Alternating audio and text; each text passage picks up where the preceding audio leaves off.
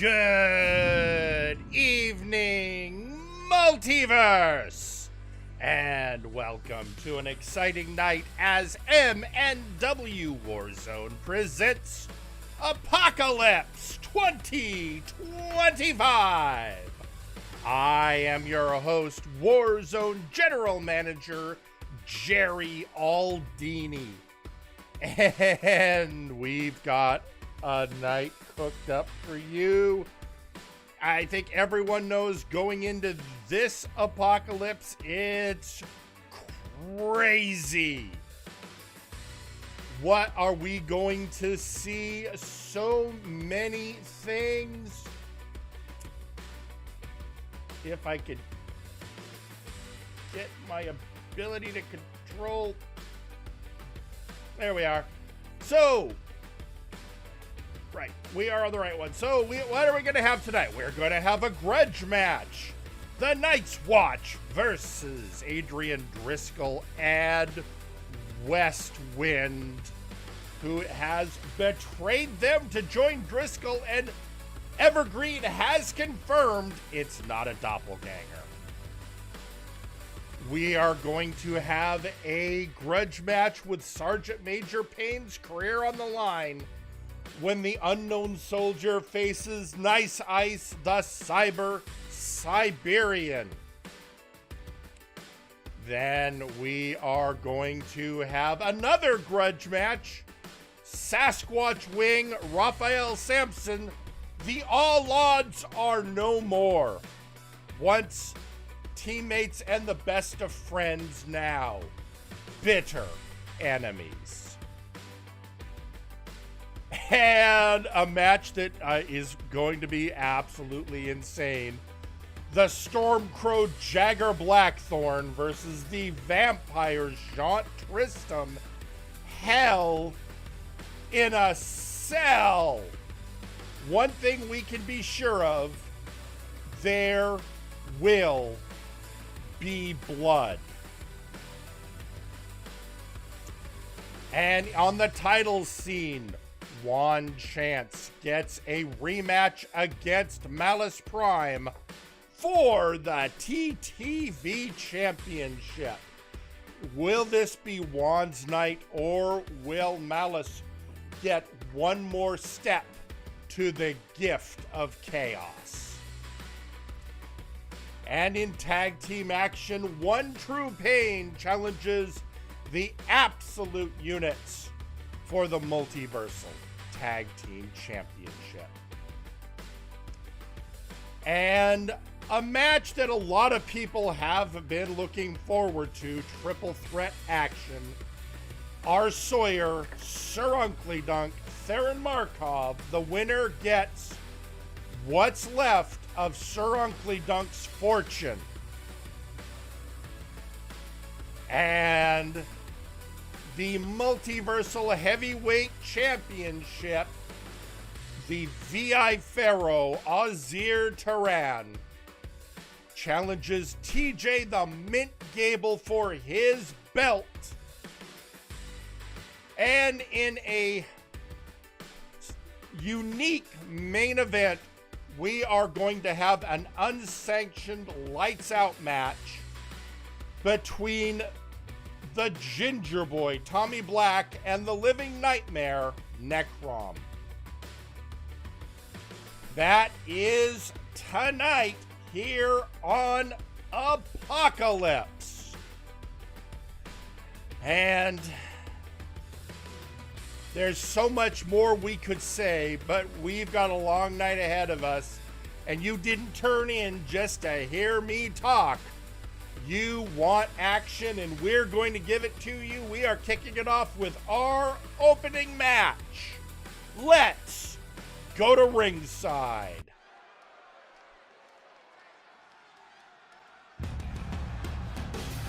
The following is a tag team match scheduled for one fall and is your opening match. Introducing first,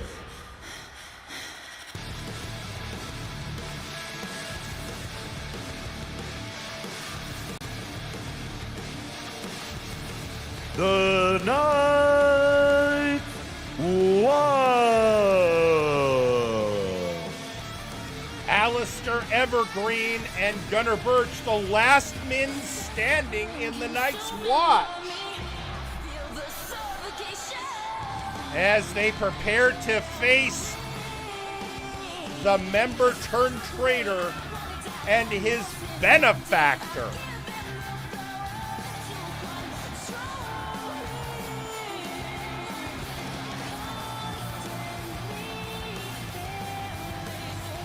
And that means a lot of emotions. A lot's happened to the Night's Watch over the years, but betrayal is new to them.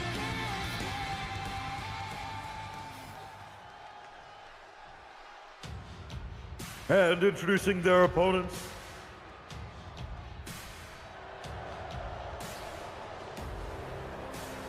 coming to the ring first, Adrian Driscoll. The mysterious dealer, Adrian Driscoll. He makes bargains, he does weird timey-wimey, and he has Westwind by his side. And it has been confirmed, unlike Probanaga or the Storyteller, this is not a doppelganger, not a construct. It is actually Westwind.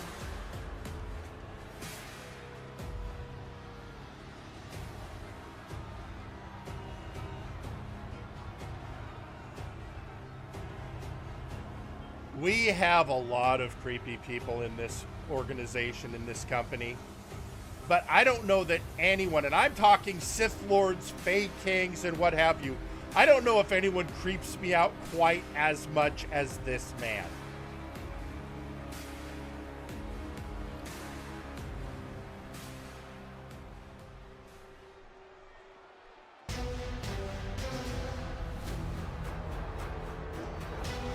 And introducing their tag team partner,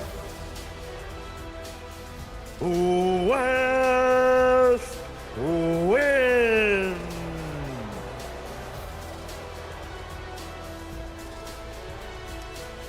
And the former Night's Watch member and angelic warrior, West Wind, who apparently feels that he is not getting enough support, not from his teammates and not from, shall we say, other sources.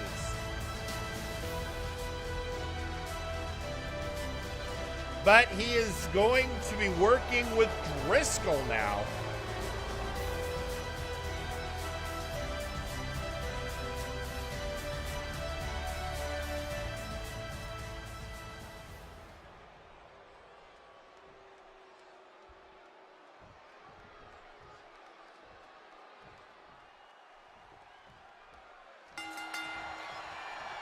And we're off, and it's starting Evergreen and Driscoll.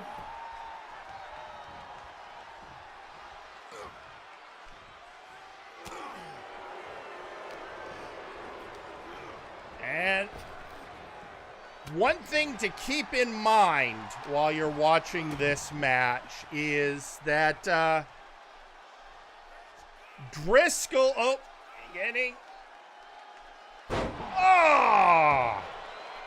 coming out of the gate, as I was saying, Driscoll, he has been tormenting the Night's Watch off and on for months, avoiding matches, and really, the Watch is just desperate to get a win over on Driscoll, which they have not had. Could tonight be the night?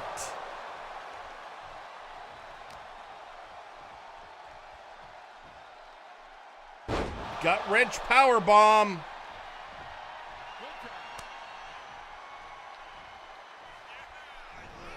Oh! That quick, oh, he's holding killed him by a... What? No! Ref, that can't... No. Since when is nose slaps legal?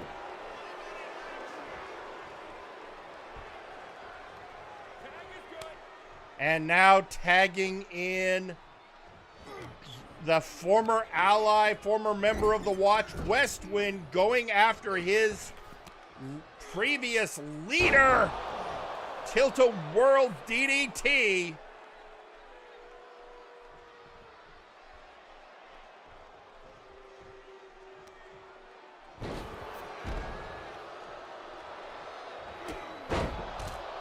Drop kick onto Birch.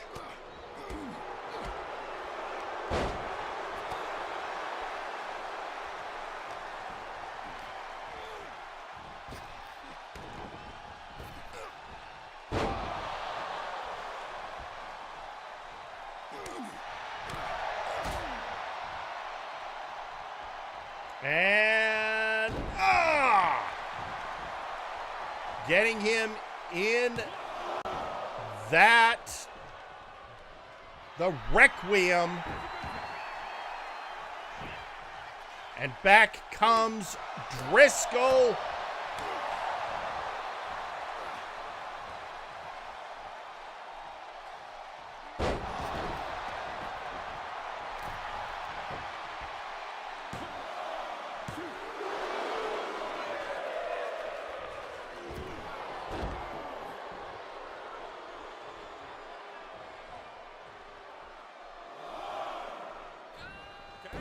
And a hot tag to Birch while Driscoll recovers on the outside.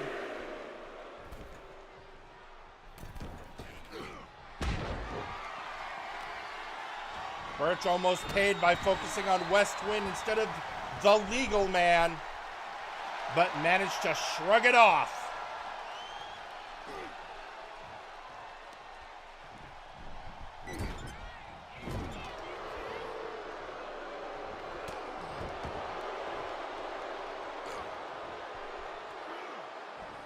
And again with the nose.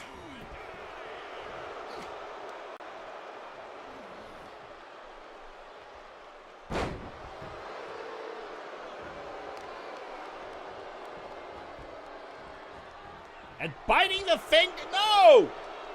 Leave the phalanges alone.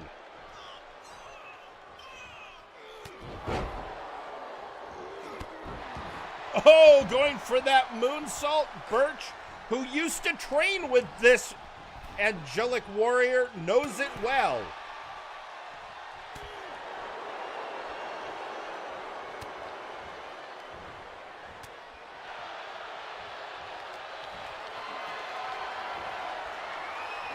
And bringing into the corner, and Snake Eyes! Going for the pin. Just a 1 count.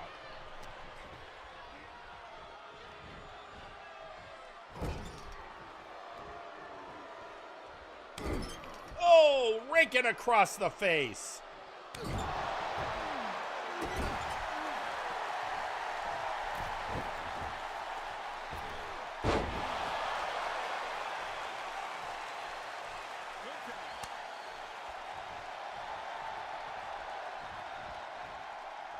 And oh!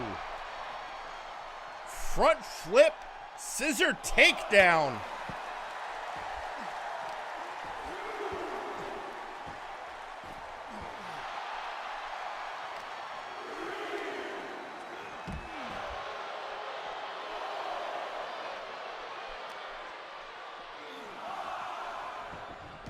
Back into the ring.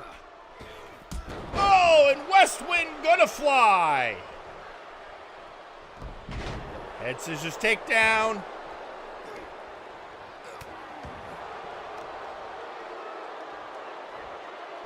Oh, right on the elbow. And in comes the deal maker.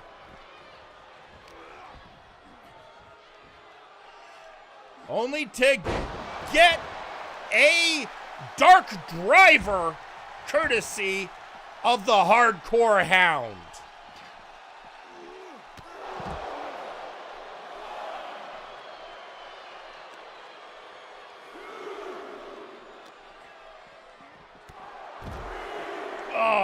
reverse clothesline.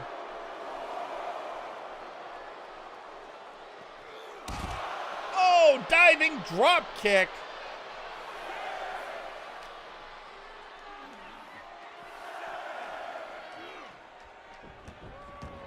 And back into the ring on the 7 count.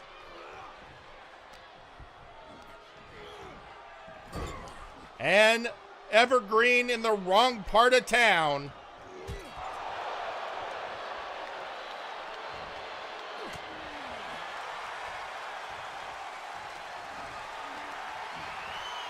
And just throttling him.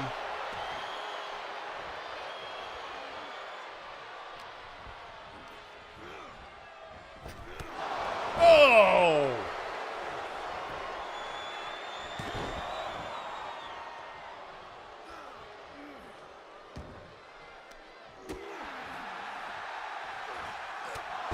And a headbutt.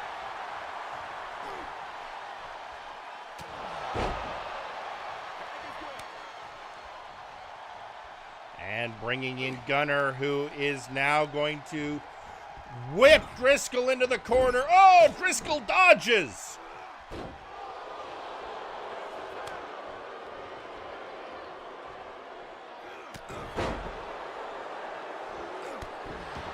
Oh, and again going for that moonsault, and again Birch gets the knees up.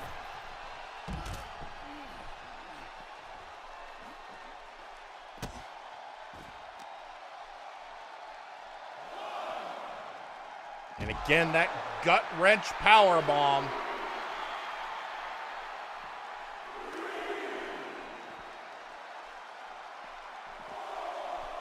And just hurling wind.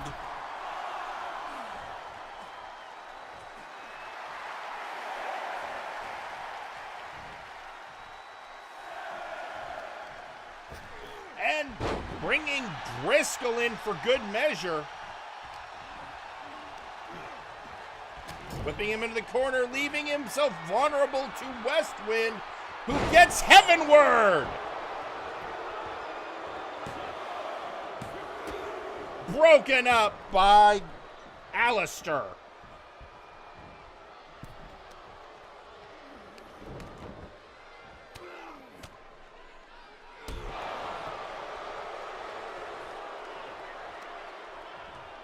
And Westwind is like he's, oh, got Gunner in the wrong part of town.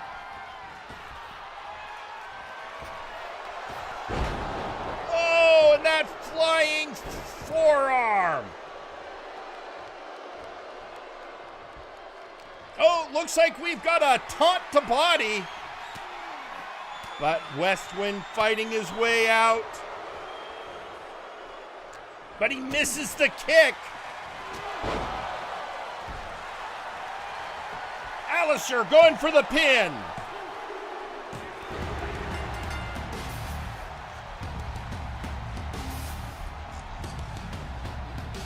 And your winners, the Night Watch. Well, they got a victory. I mean, the pinfall was on Westwind, but they still beat a team including Driscoll. So, they are on the up at this stage.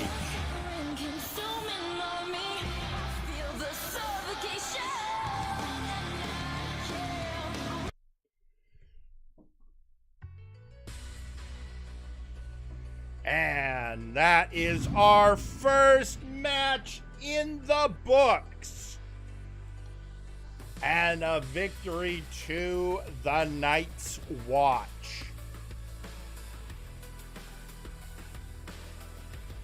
Now, we gotta keep, because this, oh boy, we had a long one tonight, folks, and so much going on. As we prepare for our next match, we do have to let you know there is so much riding on the outcome, because Sergeant Major Payne has to win or his career is, if not over, severely stalled. To get more detail on what's going on, let's go listen to the unknown soldier himself. Folks, here's Sergeant Major Payne. So, if I had a nickel for every time I join a faction, only to be stabbed in the back and have the leader go completely off the deep end and turn into a dickless, spineless nut job, well, I'd have 2 nickels, which isn't a lot, just really, really weird that it happened twice. But the good news is that if I beat asshole number 2, I get to go back and face asshole number 1. Honestly, I'm liking these odds because everything that we do, I've learned, can be summed down to about 100%. 10% luck, 20% skill, 15% concentrated power of will, 5% pleasure, 50% pain, and 100% reason to remember the name. I made Lock-In remember my name. I made Glycerius remember my name. I made Nakano remember it the hard way. And I've made PM and CG remember it in an epic match. Now, Ice, I'm going to make you remember my name. Because when I am done with you, Sawyer won't be able to fix the robotic parts, a Lactatank won't be able to heal the human parts, and no amount of therapy will ever let you forget my name.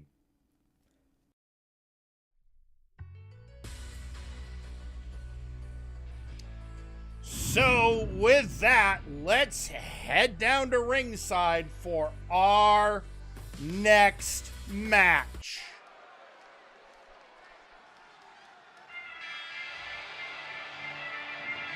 The following match is scheduled for one fall. Introducing first,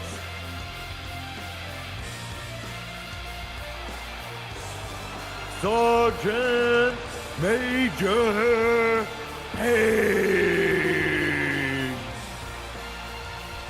The unknown soldier, Sergeant Major Payne. And a lot's going on. So the rules of this match are as follows. The winner, well, if it's Sergeant Major Payne, he gets a shot at the Big Oof Championship. The next time we can arrange with Flashbang to have a crossover so that he can get that crack. But if he loses, he has to rejoin the International Combat Club, where Nice Ice has promised to put him in the cooler and freeze him out of action for the rest of his career.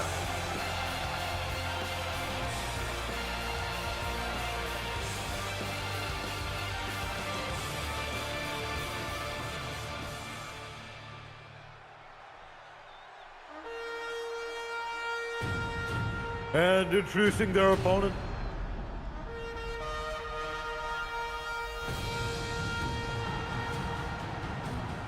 Nice Ice. The Siberian Cyborg, coming out with some upgrades.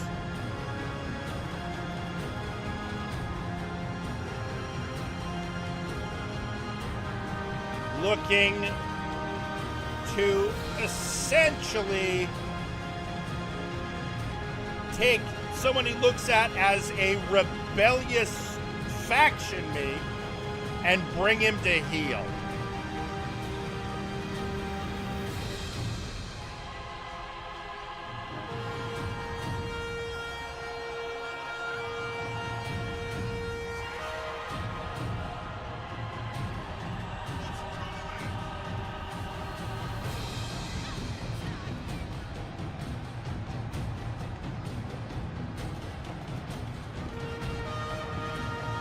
And of course, as Payne pointed out in that promo, he's dealt with the other Watch members All that's left is Nice Ice.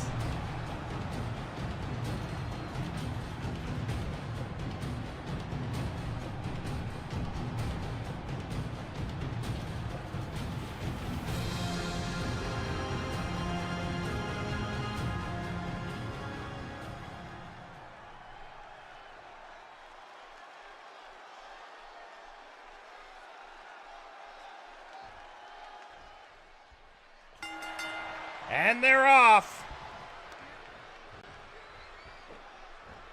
Oh, and Ice starting out just throwing Pain across the ring.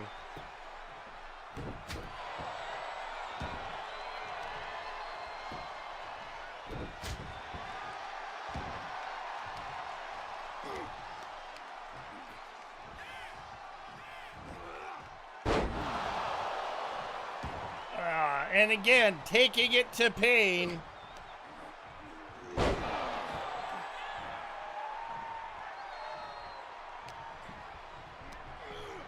Whipped into the ropes, over, outside. Not a great place to be when you're up against Nice Ice.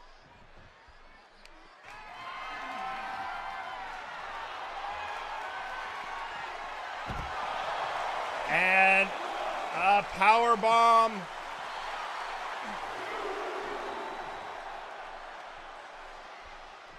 Nice Ice posing for the crowd. Pain trying to take it, man. And there we go, getting some momentum. Getting thrown back into the ring.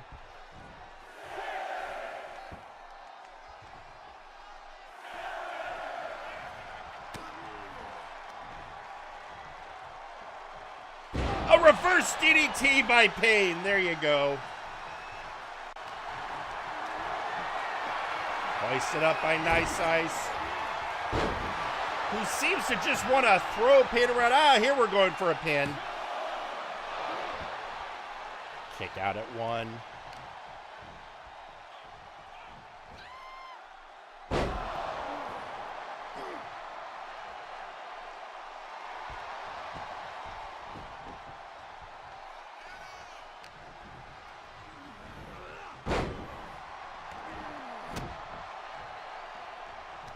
And getting hoisted up, and brain chop!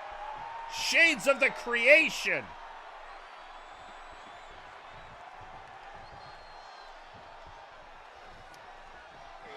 Oh, and getting that double axe handle on Ice. Good plan. Oh, there we go. And Pain quickly getting back in the ring.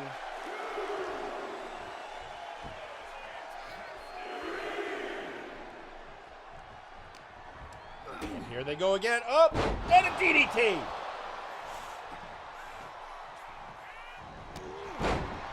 And getting rolled over again. Oh, flipping Nice Ice.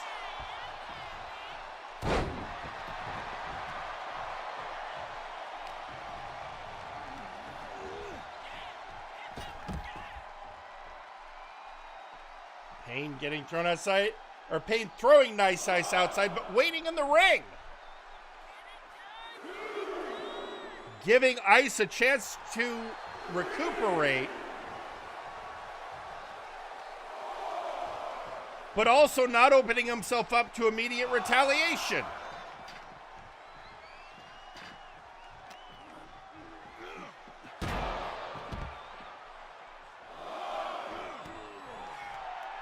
Going for some attacks while he can.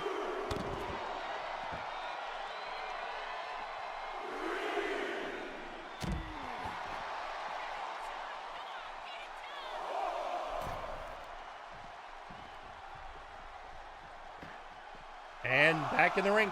So I'm seeing a little bit of a strategy for Pain. Attack, retreat, a little game of poke the bear, maybe.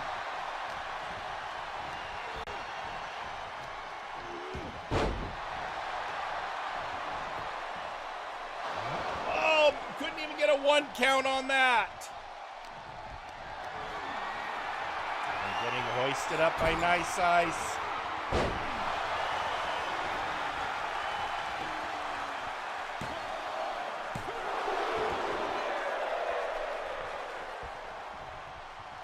Oh, elbow strike.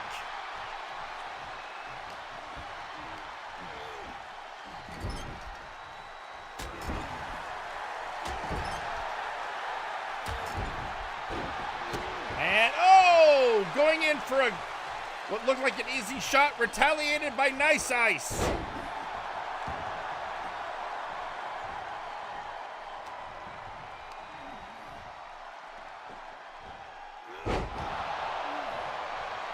And going for the pin. One.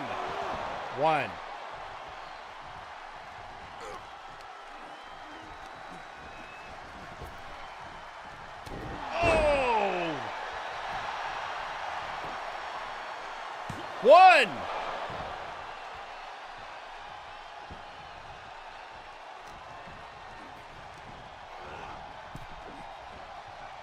And going again for those blows while he can get Ice at a disadvantage.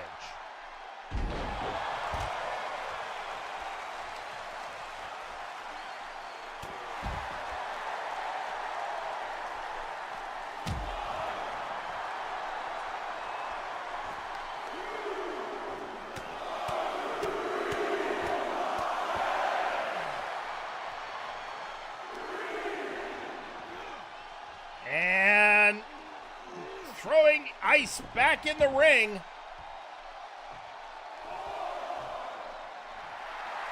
Payne is picking his moments.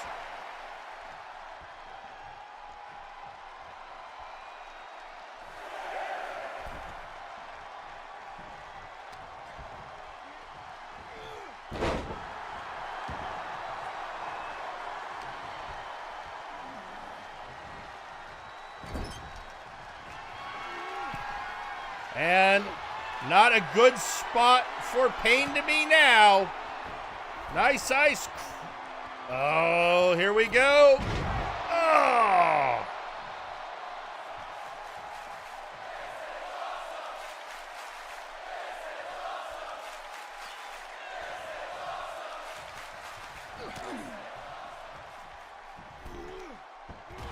Oh, DDT off the ring apron.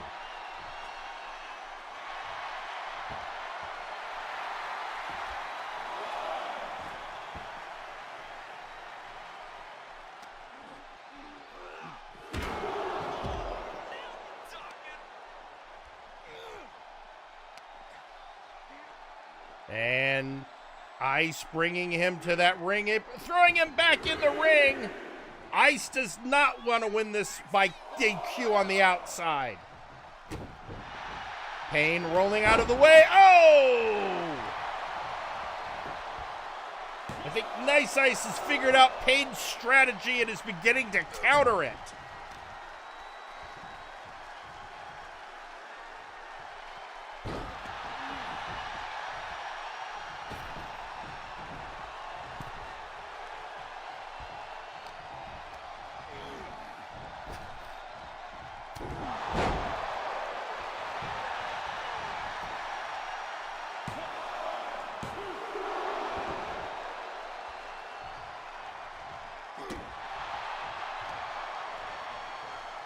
And, oh, just raking his face across that mat.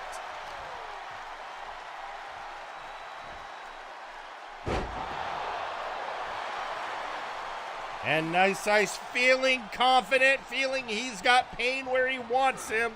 Again, if Sergeant Major Payne loses, he has to rejoin the ICC, where Nice Ice essentially plans to use him as an enhancement talent. He misjudged that attack. Ice wasn't where he expected.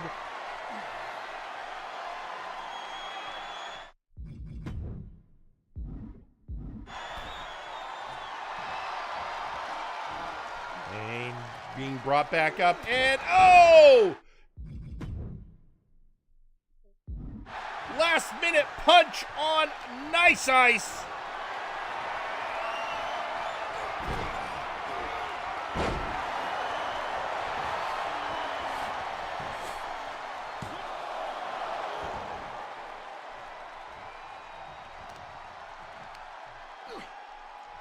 Hoist him up. Oh! Getting hit with that sit-down power bomb.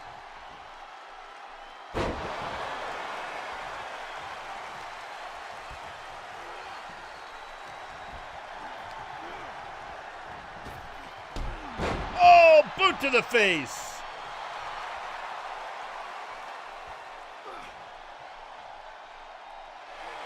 Oh, just stepping over him.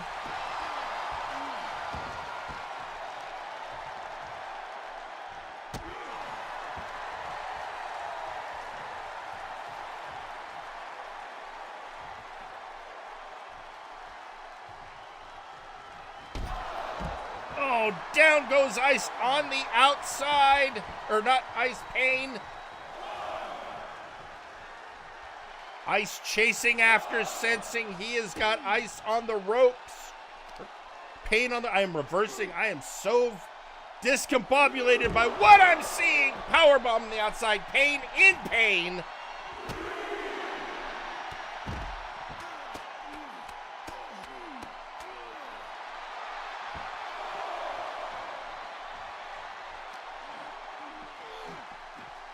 And back into the ring.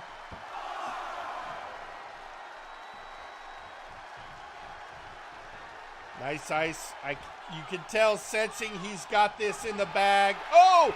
Boot cut. Oh! Punch! Punch! And getting a howitzer on him. Oh, can he get him up? And Blitzkrieg!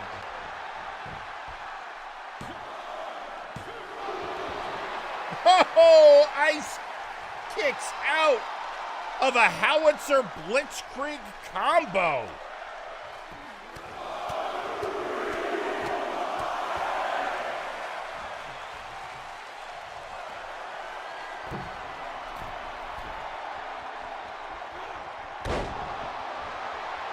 And going again.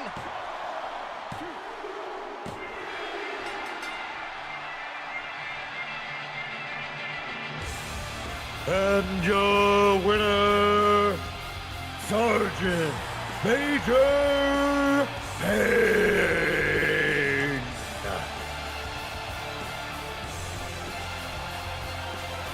And with that,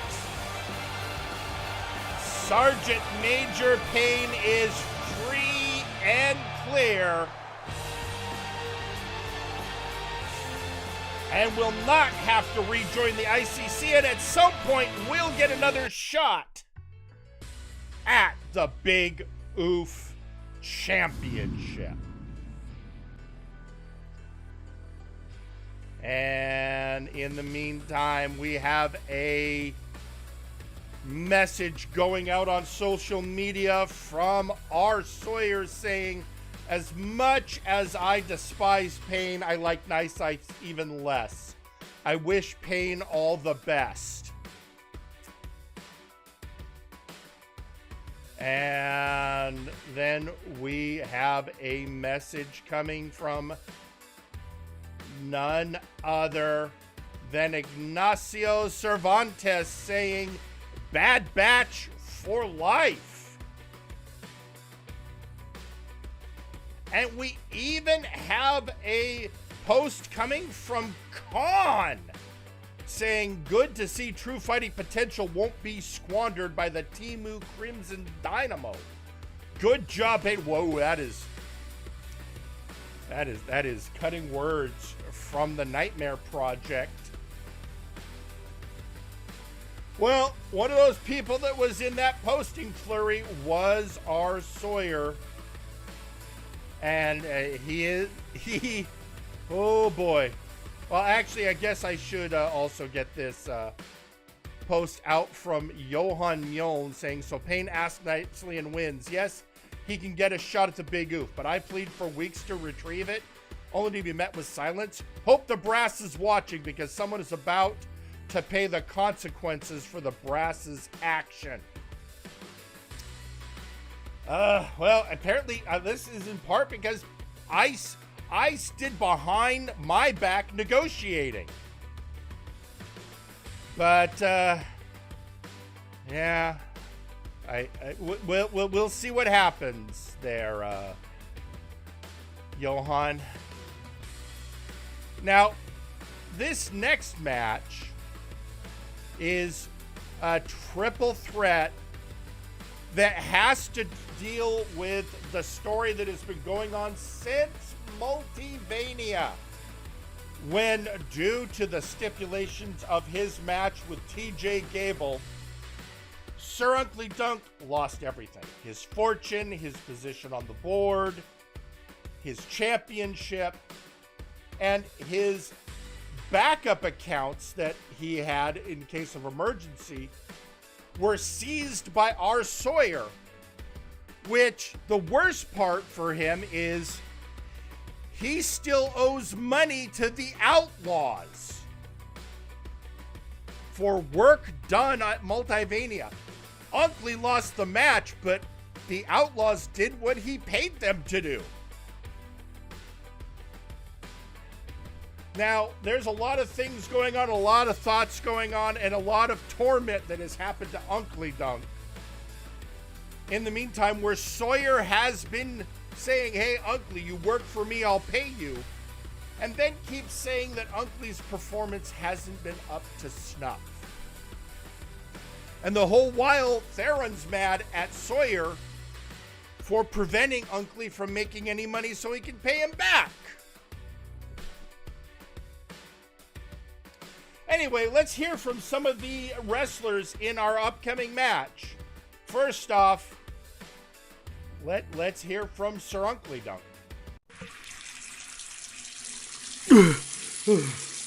All right.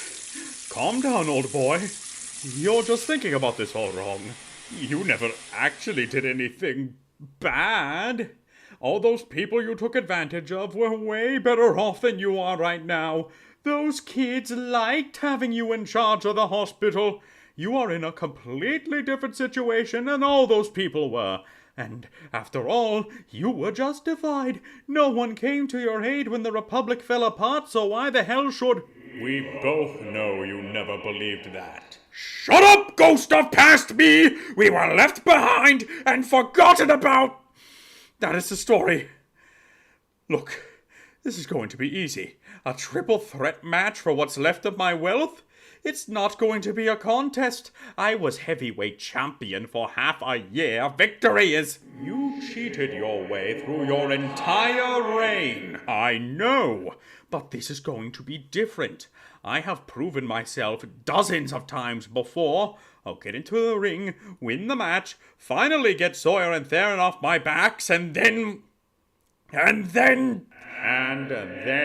what? I don't know, okay? I don't know. The brass is still keeping my salary on hiatus, and most of my business bridges are burnt down. I guess I'll find a job somewhere. Do one of those 9-to-5 things I've heard so much about. Can't be so hard to get a fortune working one of those, right? I don't know who's going to hire me considering everything, but... Oh dear, what have I done? And while Uncle Dunk has a moment of introspection, let's hear from one of his opponents tonight, the undisputed future himself, R. Sawyer. So it is that moment of time just before Apocalypse, and things have been going great. Oh, by the way, working with CJR was not expecting that. But I was expecting not to expect anything, so it doesn't count. But what does count is this triple threat match. I fully agree to it. In fact, I accepted it loudly and clearly the moment you announced it in the ring. Finally, someone talking my language. And since we are now on the same page, allow me to emphasize on a few things.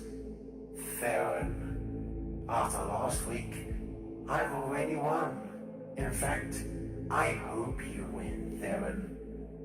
Uncle's little revelation in the middle of the ring was exactly what I needed from him. He has become exactly what I wanted him to be, and I have you and your lovely wife to thank for that. So thank you for helping me. And again, I hope you win, because win or lose, the result is going to be the same. I won.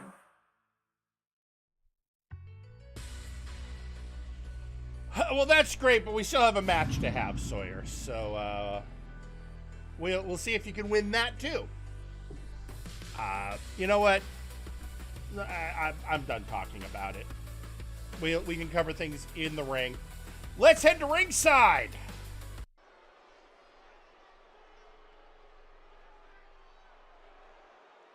The following is a triple threat match. Introducing first, Sir Uncle Dunk. Uncle is now so broke he can't even afford crappy music. He couldn't even get licensed to use stuff off of Pretzel. He's got to come out in silence and shame. And really, he can't even afford to take his clothes to a laundromat. It's been a rough time for Sir Uncle Dunk. If he wins, he gets the remnants of his fortune back, which he can use to pay Theron Markov.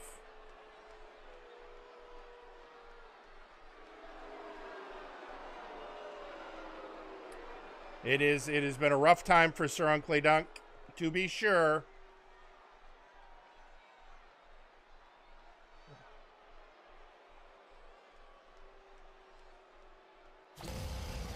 Introducing next,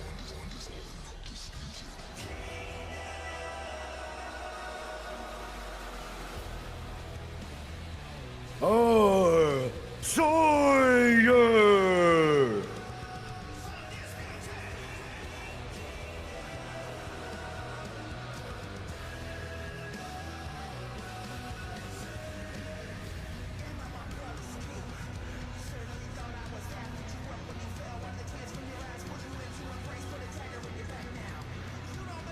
And Sawyer, so if Sawyer wins, well, Sawyer already had the money. So if Sawyer wins, nothing changes. Although according to Sawyer, he's been trying to push Uncle Dunk to the revelation he had in the ring last week. Although it sounds like Uncle is still struggling with that concept. That, maybe he was in fact the bad guy.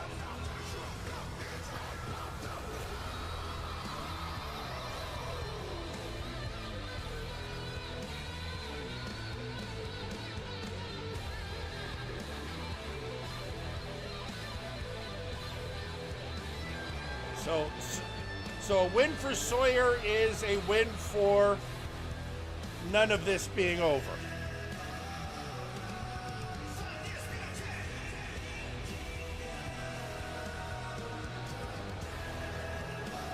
And of course, Hero Time was getting involved to, of all things, try and protect Uncle Dunk. Yes, that's how weird things have gotten.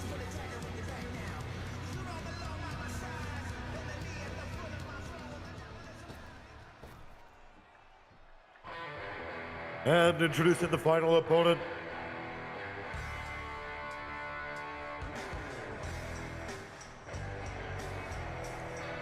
Theron Markov.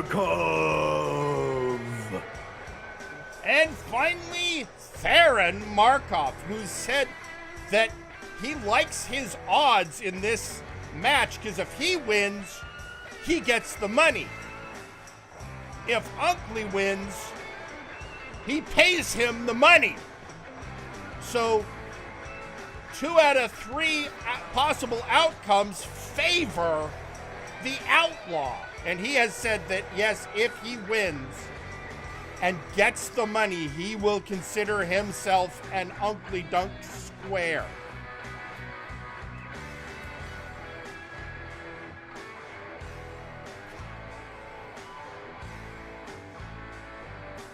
Because all he wanted, the Outlaws, you know what? They are low-down rat bastards who no job is beneath them, no dirty deed is too dirty for them, but they do keep their word.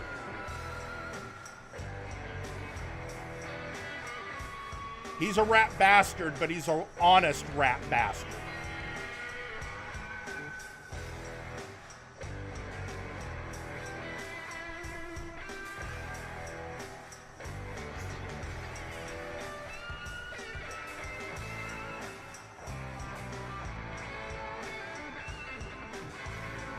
And Theron taking his own sweet time. Again, Theron has every reason to believe he's going to have a good night.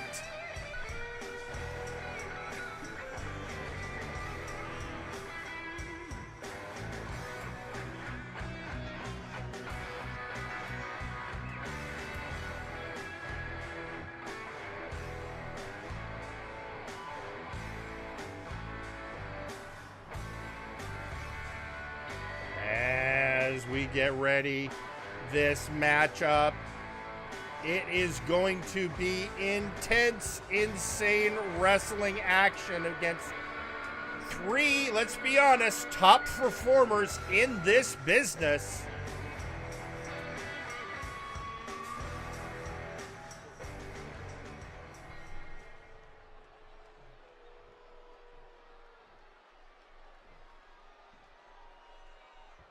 And there they are, our three combatants.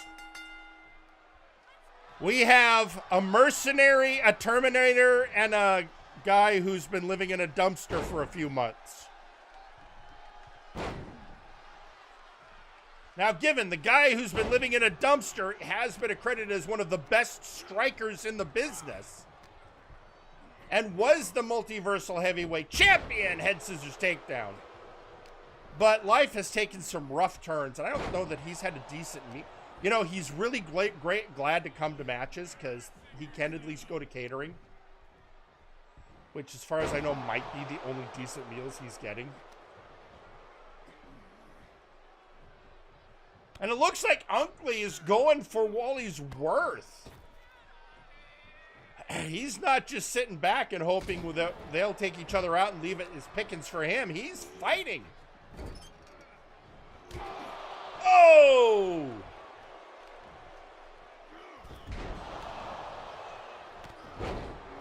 Our Sawyer, leader and mastermind of the main event mechs. Don't let that synthetic flesh fool you. He is a mecha being. He is a Terminator.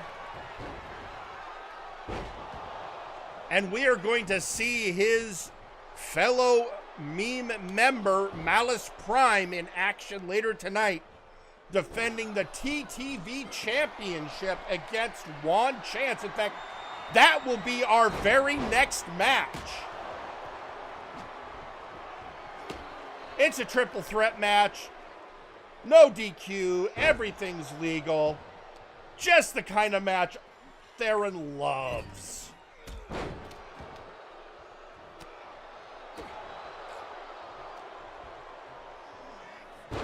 Oh, knee to the face, and Unkley is down. And I think bleeding.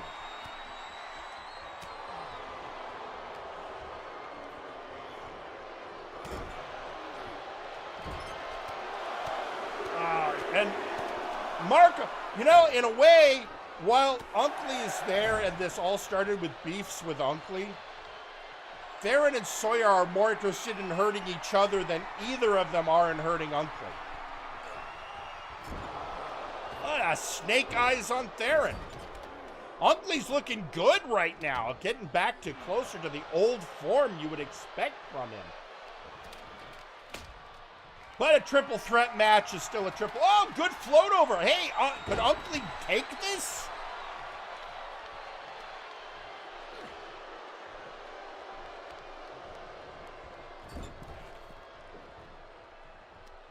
And Unkley, oh, giving Sawyer. Oh, never mind. Drop kick from Theron.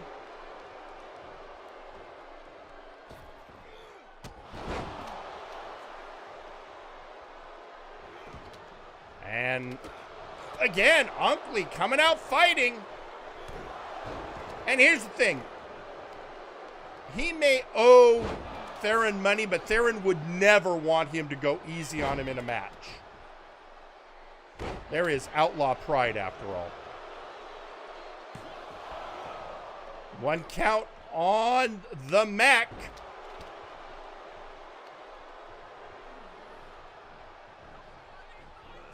And a twisting neck breaker. Oh, going for the pin, but broken up by Sawyer. Because Sawyer would love to keep the money.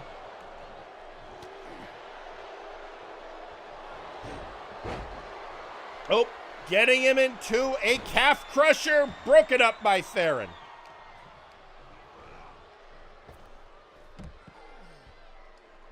Up comes Unkley.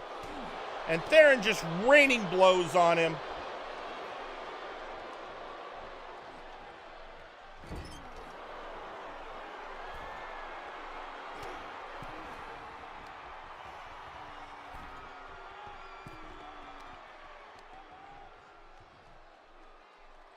And this doesn't look good for Unkley!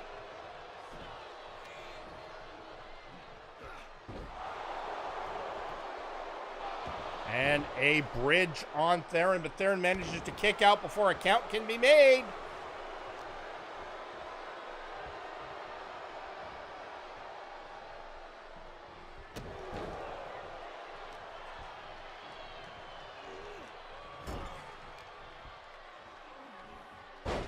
Again, getting him down.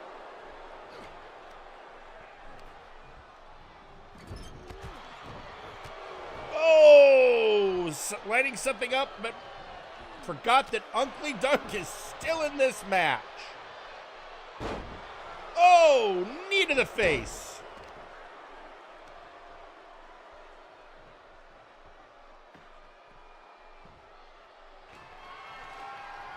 Unkley was lining up Sawyer, but Sawyer got back up sooner than he thought. And oh, belly to belly and a chair. While everyone else has these great moves, Theron Markov's favorite move, chair.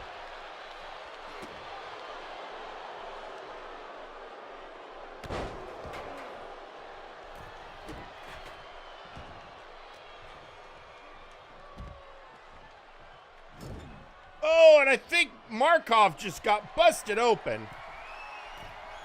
So the two men in the match are bleeding. The mech will have to see.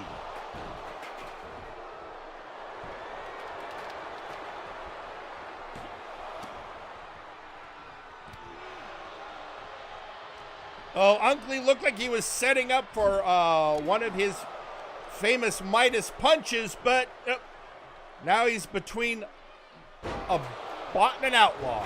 Oh, broke it up. And there you go, getting a little bit of a pistol whip.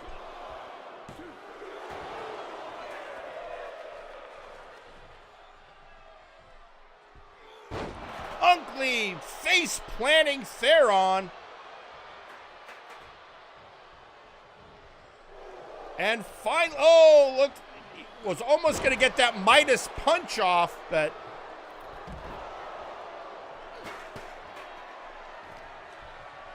Unkley is seeing stars. Trying to get back to his feet.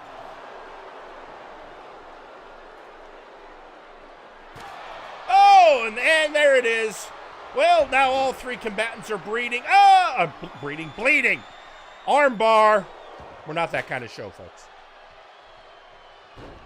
Unkley again showing at least one thing. Unkley's wrestling prowess is being shown on display for the first time in truly months.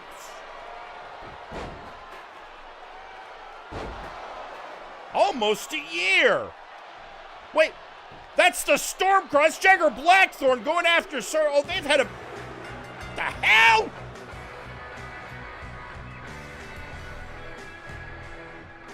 And your winner, Theron Markov. Well, he's beaten, he's bloody, And he's been paid. Theron wins, and per his agreement, and I double-checked before he came out tonight, he said, yeah, if I win, Unkley is off the hook. And Theron gets the cash. More, in fact, than he was promised. So good night for Markov, and not a bad night for Unkley, because that means he doesn't owe Theron anymore. So Theron's not got anything over him. Sawyer's not got anything over him. So now he can just try and figure his life out.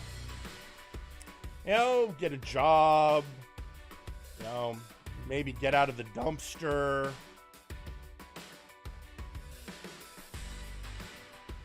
You know, petition the brass to let him start getting paid for wrestling again. There were some restitutions that had to occur. Anyway, the point is, that's in the bag, and now everyone can get on with their lives, which I got a feeling I know where Sawyer's going, considering that Jagger Blackthorn, who's in a match later tonight, came out and blocked Sawyer from breaking up the pin. That'll get interesting. Anyway, we still have a lot of action to get through tonight, so I don't see any reason to waste time. This next match is tonight's first title match, because right at this moment, Malice Prime with the TTV Championship has had 4 defenses. If he can complete 7, he gets the Gift of Chaos, which will allow him to challenge for the Multiversal Heavyweight Championship. That's how TJ Gable won it. But he has to take on his next challenger, and the person who earned the right is someone who was looking for a rematch with Malice in the first place. None other than Juan Chance. So, is this the night that Juan finally proves he has what it takes? Well, there's only one way to find out. Let's head to ringside.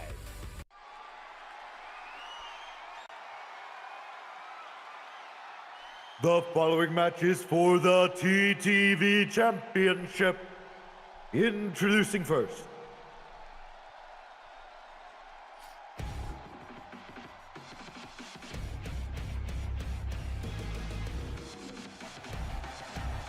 One Chance.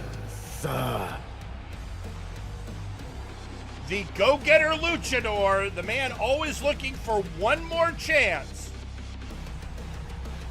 One chance.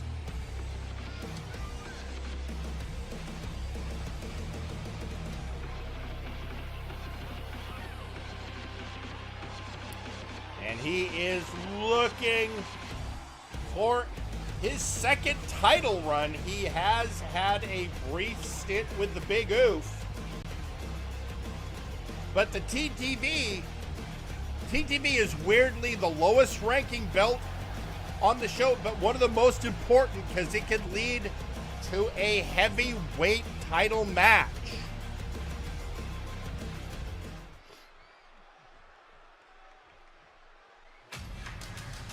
And introducing their opponent, they are the TTV champion, Malice Prime. Transform and roll out. It's Malice Prime of the main event Mex. After this match, I'll show you a social media post that came out from R. Sawyer, who's not happy. But his teammate, pure unmitigated malice, Malice Prime, Those keeping track, our Sawyer is a Terminator, Malice is a Transformer.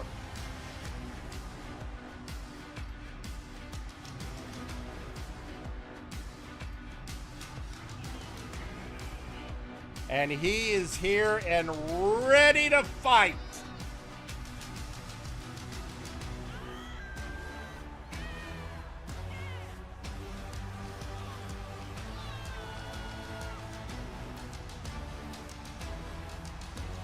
And there he has that TTV championship.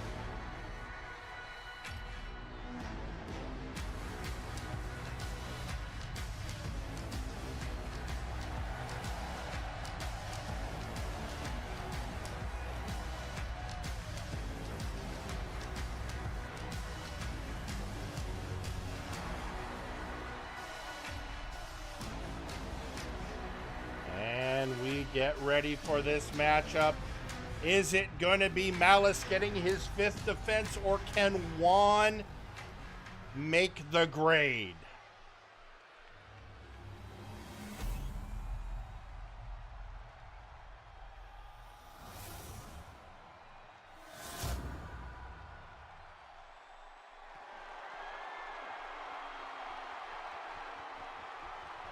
There's Juan. Ready, can feel the opportunity in the air.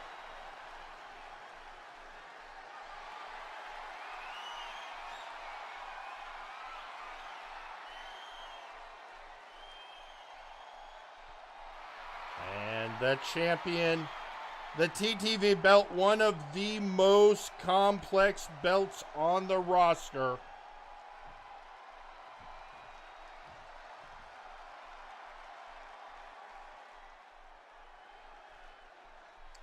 And now the ceremony of the belt.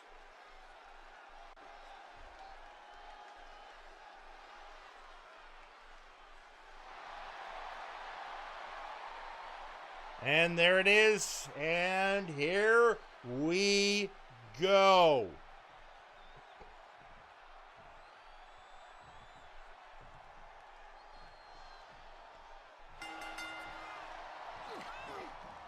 And Juan going right at it, and Malice just tossing him off. But Juan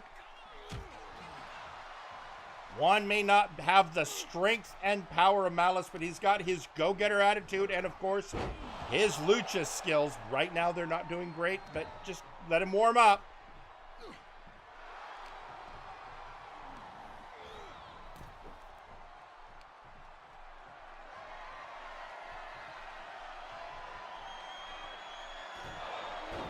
And here he comes, Malice, living up to his name. Oh, DDT on the outside, that's gonna hurt.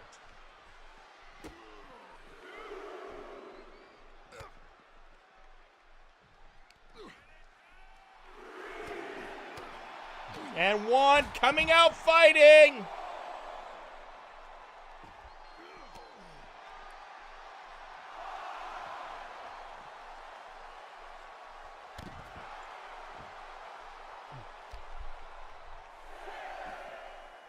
Oh, right on the arm servos.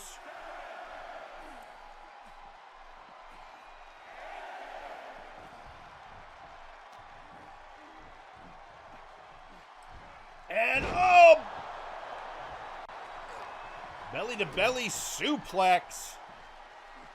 Oh! Underhook. And 3!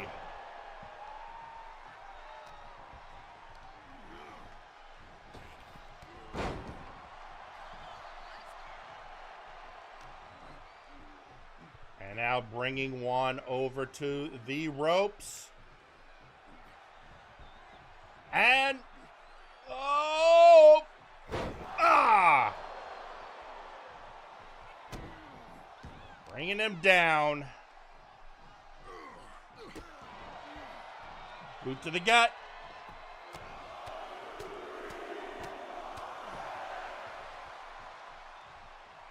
And Juan getting out of the ring. But Malice decides, oh, Juan caught him. Juan caught Malice. I mean, he had to use momentum to pull it off, but he did it.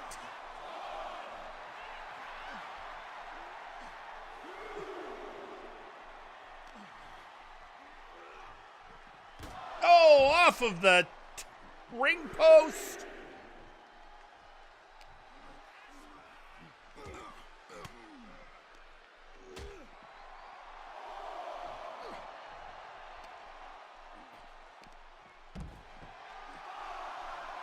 And here they go.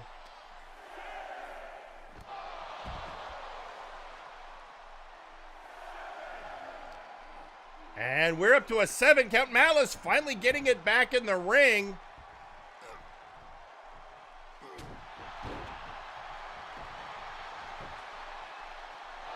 Oh, kick out before even one.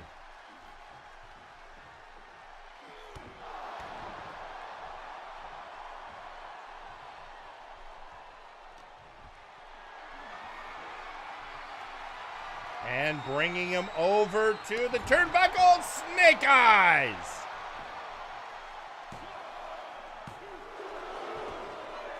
But Juan still pulling on the reserves, kicking out. But Malice is just pouring on the abuse. Getting him with a backhand. One.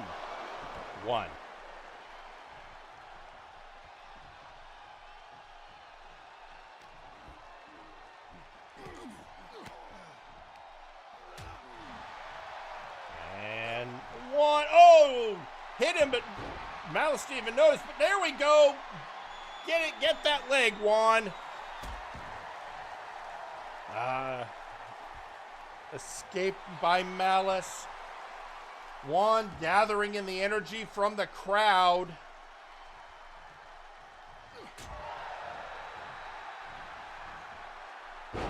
Oh, and there we go.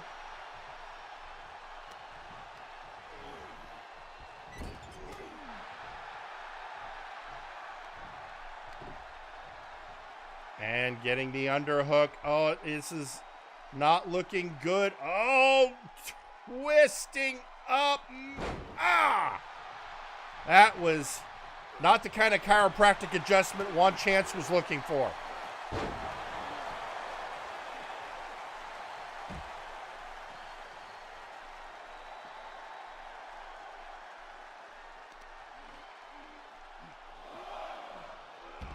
Leg DDT.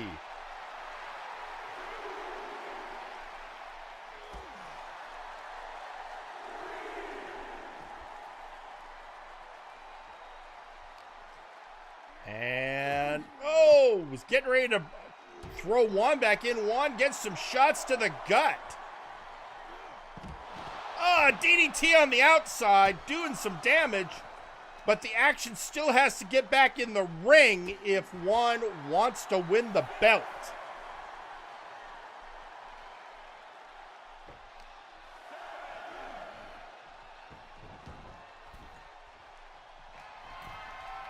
Juan going upstairs. Oh, hits him.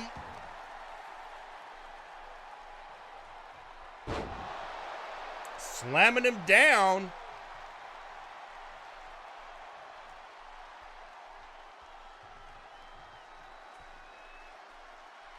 What is Juan planning?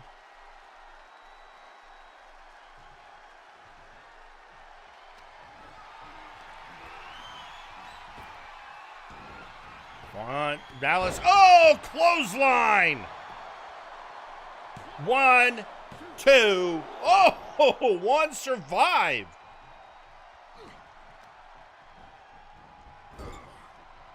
And now in the corner, and oh no. Here comes malicious intent.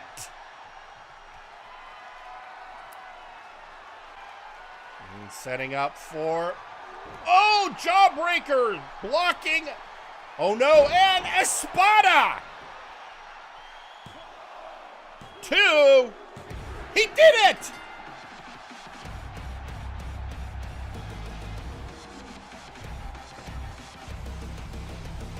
your winner and new TTV champion, One Trance. And One wins the belt, ending the run of Malice, proving he had what it took. Also, absolutely proving that he just needed one chance. Now, can he get 7 defenses? Only 2 holders of the TTV belt have got the 7 defenses. Khan and TJ Gable. Meanwhile, social media has been an interesting time because we have this post from our Sawyer saying, you know what? Hell in a Cell or not, Bloodhunt or not, Vampire or not, if Jagger survives, he's going to wish he hadn't. And also, we got a message from that mysterious account sponsored by the Murder Cave, apparently from their artificial intelligence. Bells toll black, the pumpkins gleam, the ring's a stage for a haunted dream. From the bowels of apocalypse, cold laughter creeps, where restless ghouls and wrestlers sleep. Candy-coated screens and fog-filled air, masked fiends brawl without a care. The moon bleeds orange, the crowd demands trick-or-treat. Then someone slams. Blood drips red where the spotlight stands. Something twisted this way comes. Is definitely, Halloween is this Friday, which, by the way, is also going to be the latest iteration of Breakdown, the pay-per-view of our sister show, Friday Night Flashbang, where the Creation will face the Crimson Phoenix for the World Heavyweight Championship. And of course, let us not forget the annual spectacular that is the Monster Mash. Check out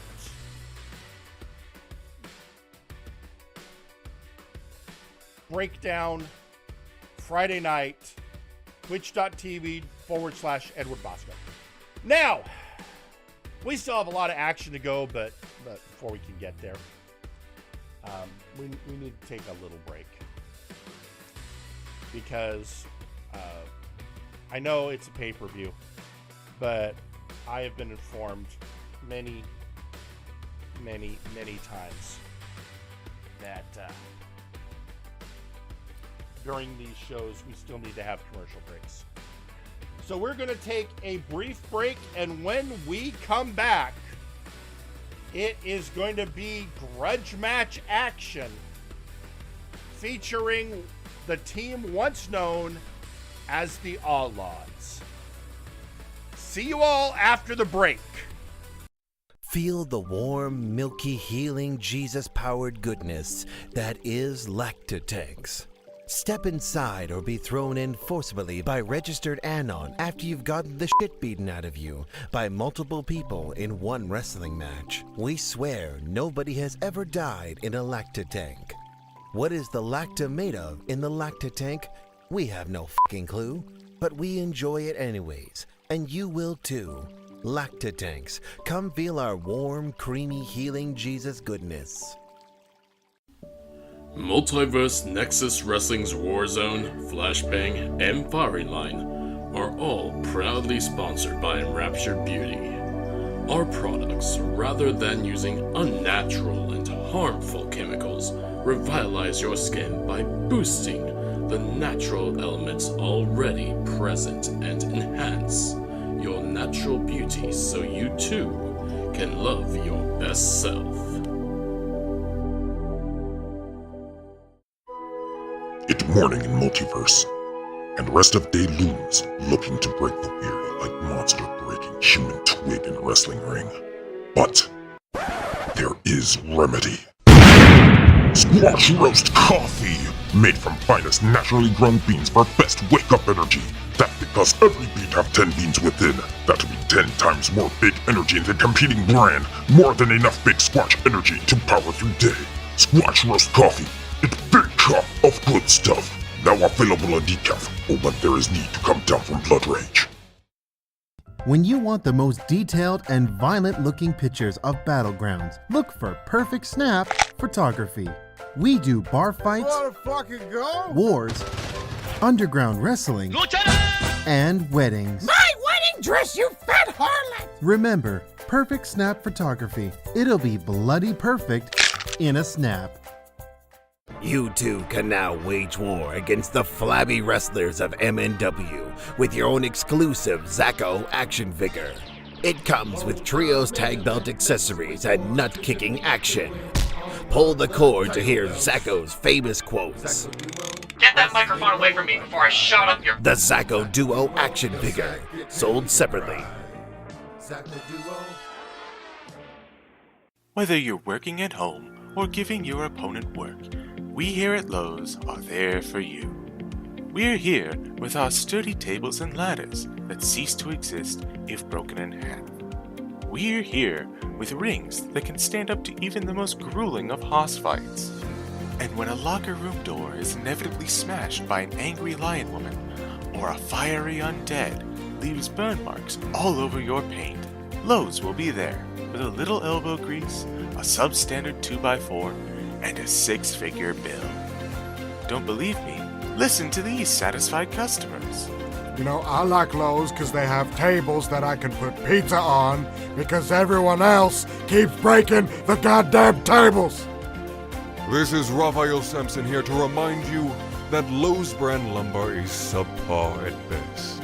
You deserve better. And trust me, I would know. I worship a carpenter. Sometimes when executing wrestling justice, I've had to break down a few barriers and a few walls. Oh, fucking damn it, Max, my wall! Thank goodness I shop at Lowe's so I can get the best deal on replacing and fixing all the walls I break. Lowe's. Do it subpar for more. Why? And now, a message from the brass.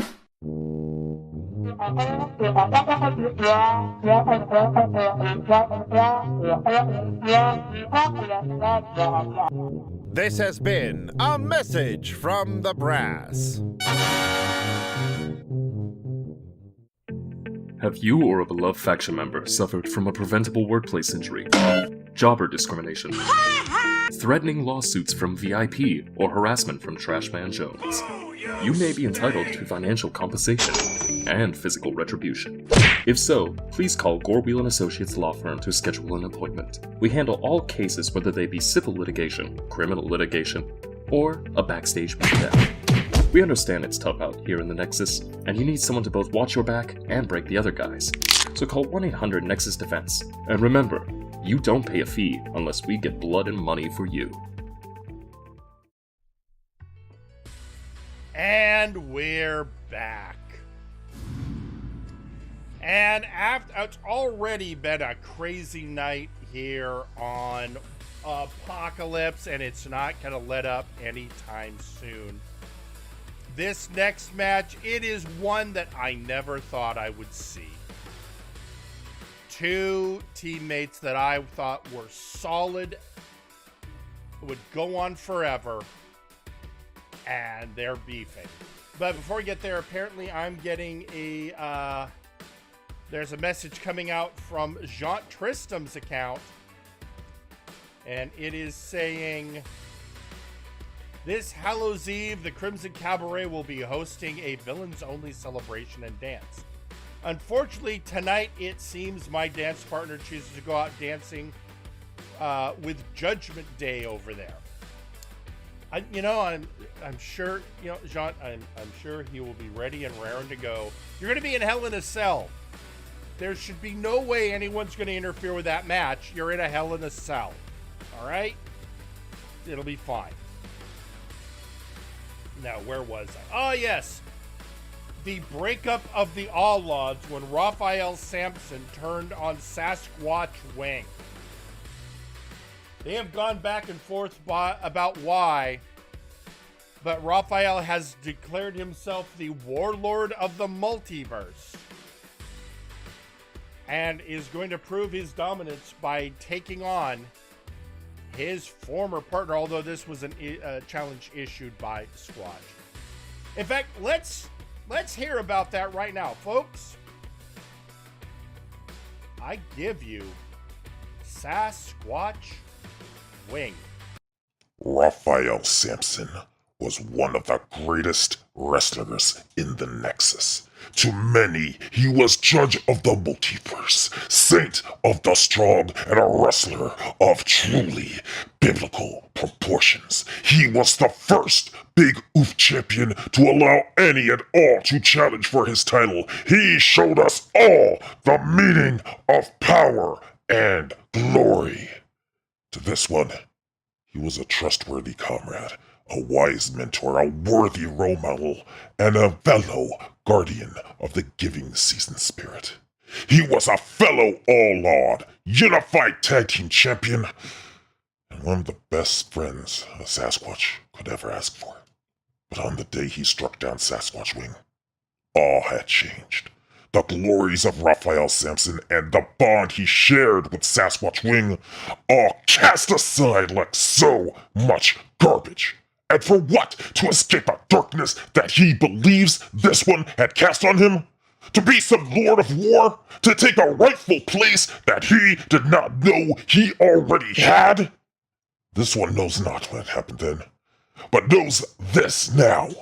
The Raphael Sampson that this one will face at Apocalypse is not the Raphael Sampson that formed the All-Lods with Sasquatch Wing. Not the strongman saint, not the judge of the multiverse, not the helper of Santa, not more than an arrogant fool who seeks power without discipline, victory without peace, and glory without honor. But if Raphael Sampson feels he must put down this beast, this walking shaggy bear rug, to claim this rightful place he so badly wants, then so be it. Raphael Sampson will hear the roar and feel the wrath of Sasquatch Wing. Maybe then, the Raphael Sampson known and admired throughout the multiverse will come back. But before that can happen, this Raphael Sampson must be made extinct. Well, you heard it.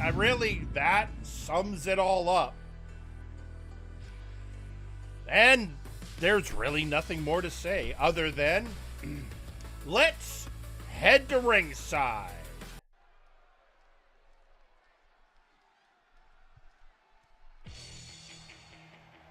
The following match is scheduled for one fall. Introducing first, Sasquatch Wing.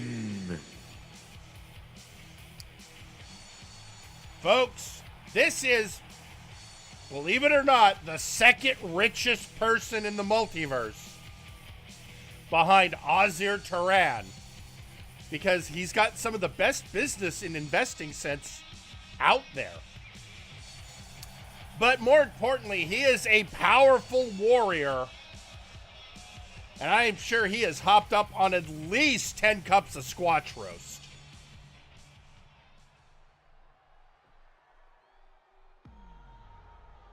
And introducing their opponent,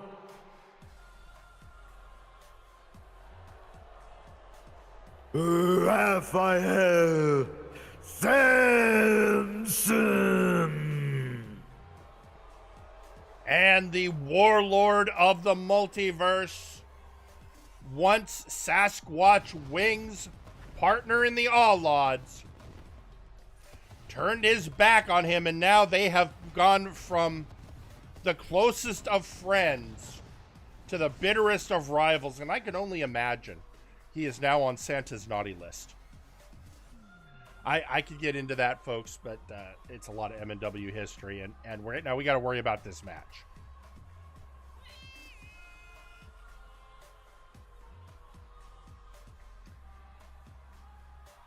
And the question, I mean, the one thing we can be sure is going to be a hoss fight to end all hoss fights.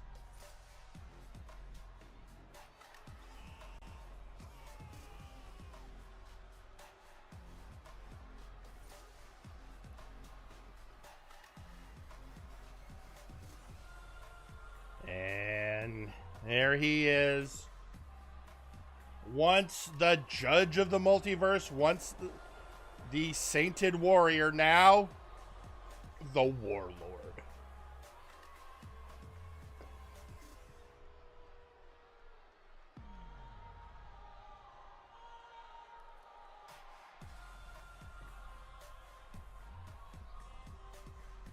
And so the only question remains: who will come out on top?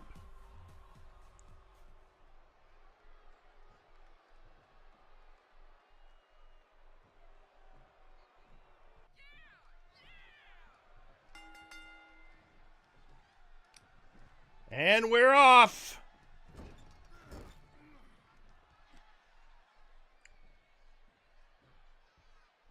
And slamming them down. Folks, if you have Hoss Fight on your bingo cards, now's the time to mark that off.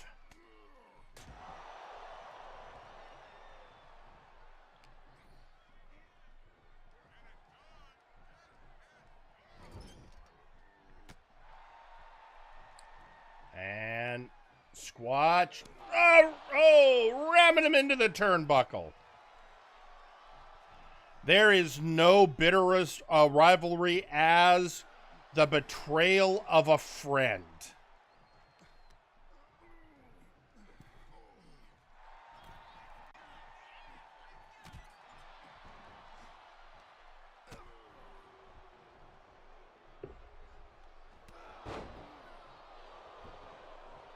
Going for the pin. And a kick out at 1. Raphael looking to see if he can end this early. I suppose in an effort to show Squatch he just doesn't matter. DDT!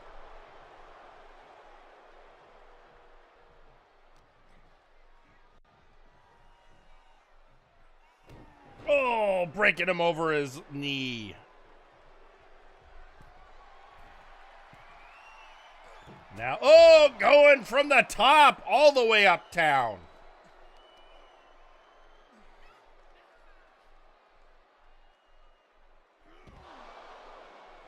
Oh, he is taking it to Squatch on the outside.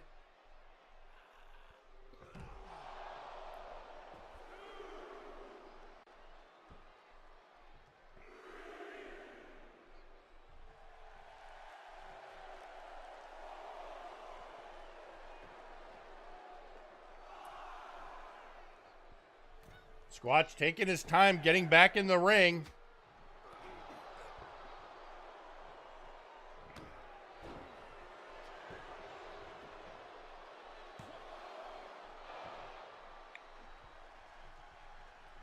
And getting him lifted up, and oh! Was getting ready to work the neck, and he got a elbow to the gut. That's what I'm calling it, folks. That was the gut. I'm sure of it.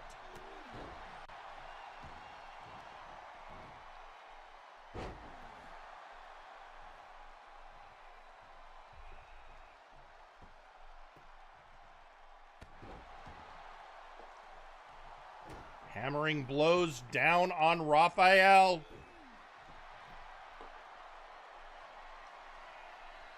Oh, Squatch gonna fly. Oh, hitting him with those big feet.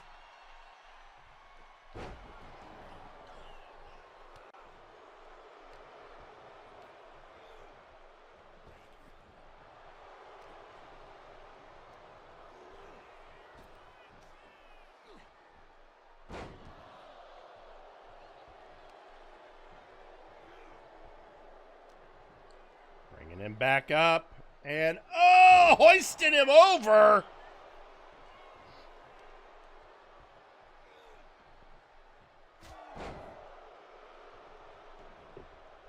Squatch trying to bring himself to his feet. Raphael just letting him and using the rope to wrench the arm. And a running bulldog.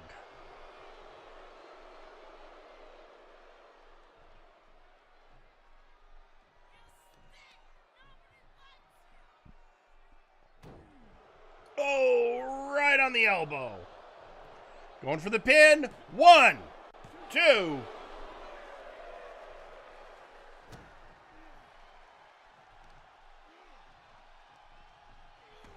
Dragon screw takedown.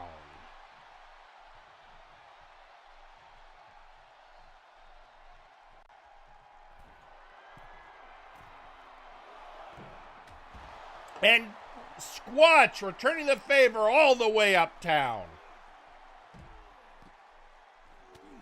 Oh, and that crawling headbutt.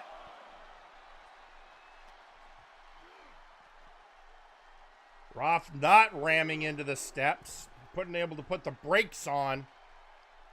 Following Squatch into the ring. Oh, wait a minute! Squatch about to hit biblical proportions.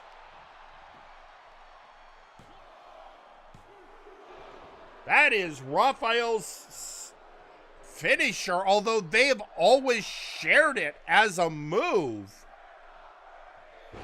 I guess Squatch is still planning on using it, or at least using it in this match.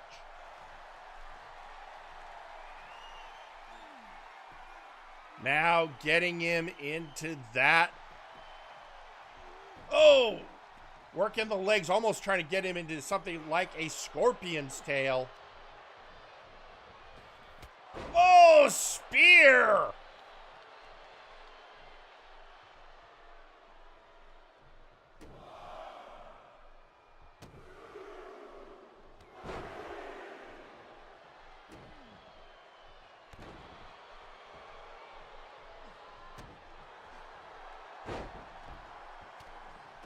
And just raining blows on Raphael. Squatch, you can feel the roar.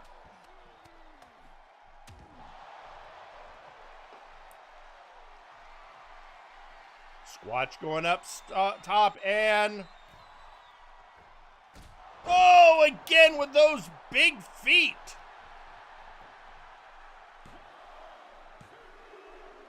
And there it is.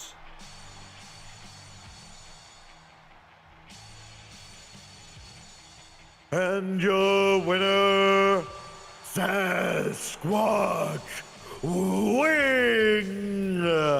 And I don't know if this is the end of this rivalry or just its beginning, but in this grudge match, behold the victory of Sasquatch Wing.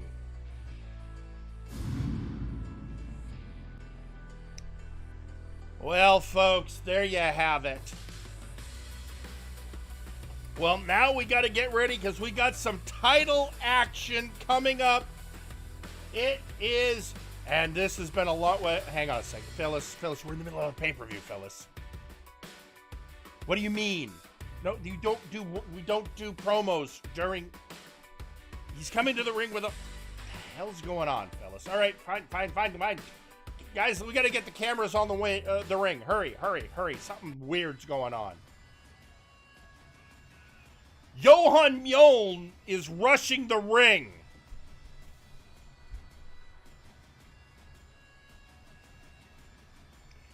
He was a little angry earlier hearing about Payne getting a big oof shot. Now let's see what this is. I cannot accept the disrespect I am receiving tonight. First, I hear after months of trying to work an opportunity to retrieve my Big Oof Championship from Flashbang, that goes to Sergeant Major Payne. And as if that weren't bad enough, I was originally supposed to be on this card. I had a match scheduled. It was on the roster. And then plans changed. I was told that I would no longer be appearing on the pay-per-view because apparently a match had to happen between a poor man, a Terminator, and an outlaw. Well, bullshit. I was supposed to fight, and I'm not leaving the ring until I get one. So, let's do this Big Oof style. Anyone back there, anyone not scheduled for this card, if you feel you have the stones, come face the Son of Thunder.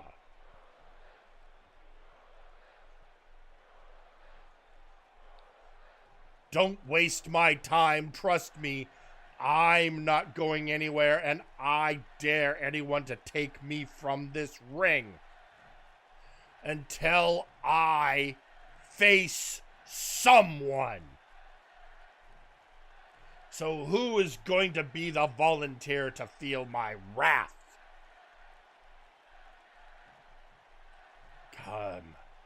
Does no one have the balls to face me? Does no one? Do you hold your courage so cheaply that you will not come and face me? Oh, looks like someone heard the call. Oh, really? Draco Rex, the newest member of the roster, coming out. The Draconic Warrior.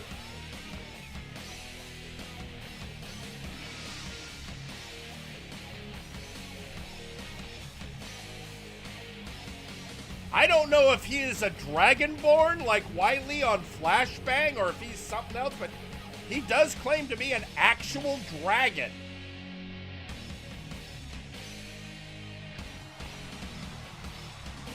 The last time we had a person that was actually a dragon on the roster was Lord Bareback over on Flashbang, part of Dungeons and Destiny.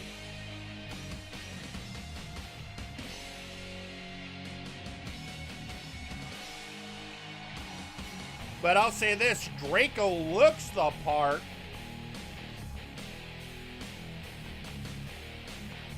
So we have a dragon versus a demigod. So it's a D&D match.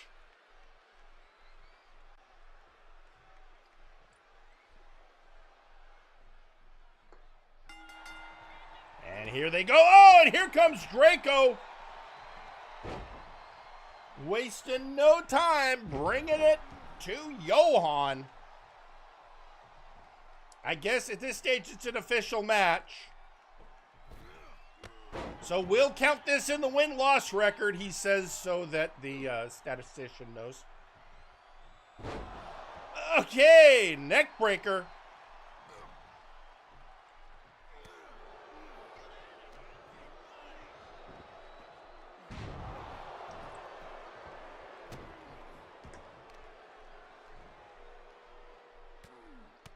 Raining blows on Draco Rex.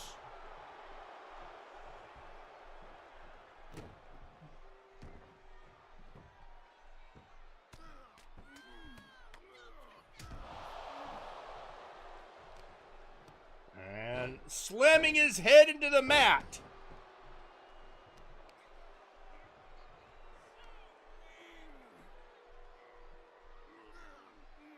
Wrenching the head of the dragon. Johan is definitely on the offensive, but Draco keeps coming back.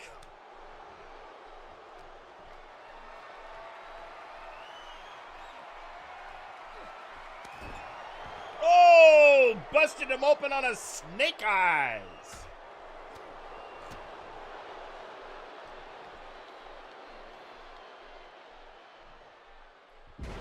And slamming him down.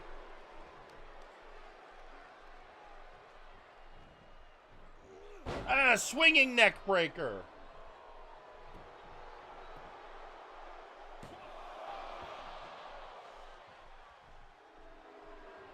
just a 1 count, but Johan going up top.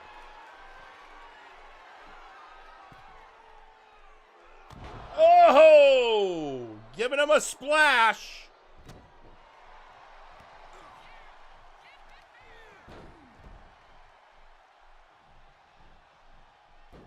Up, Dragon Screw takedown.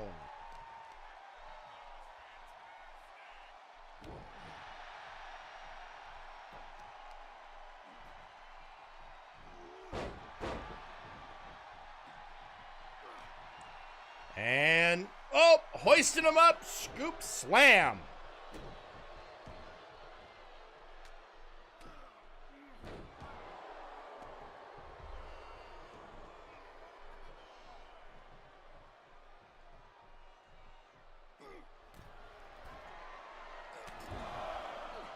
Oh, was going for the drums of war, but got an escape by Draco Rex.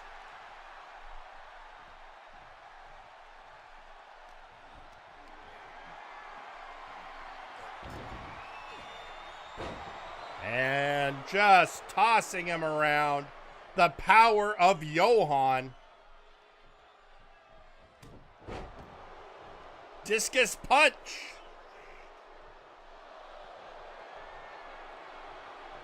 And now getting him in that bear hug.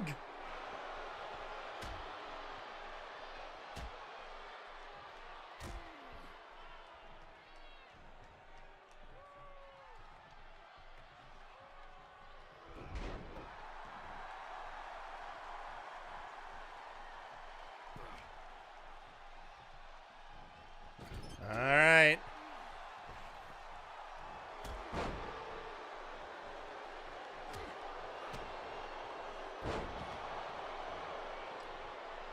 And Johan stalking Draco and raining blows.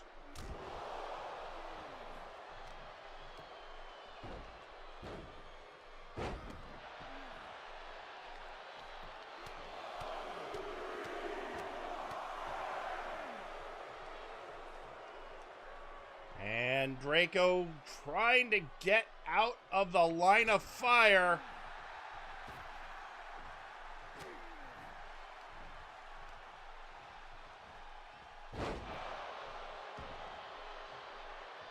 I'm trying to see, I think, are both these guys busted open?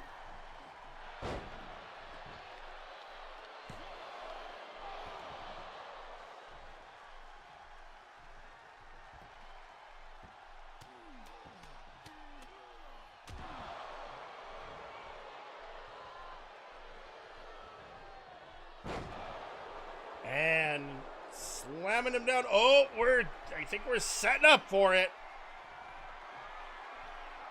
Ragnarok!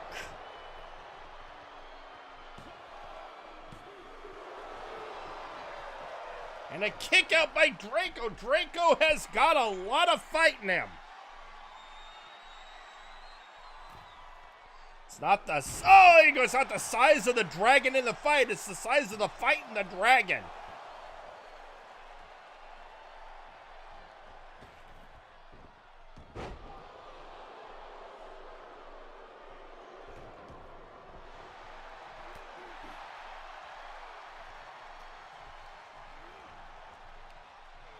And head scissors takedown.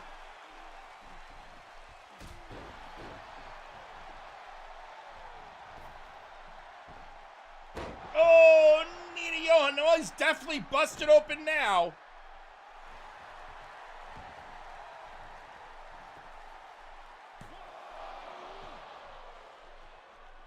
And just a 1 count.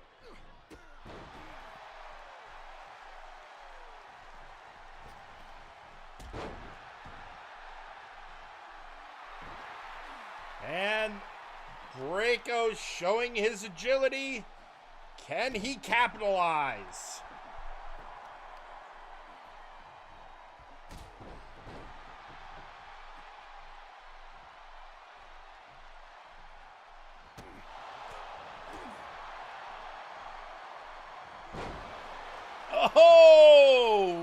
you go.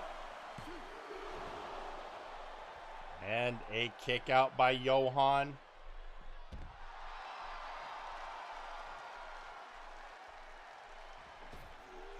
Draco getting flippy and taking him down, and moonsault.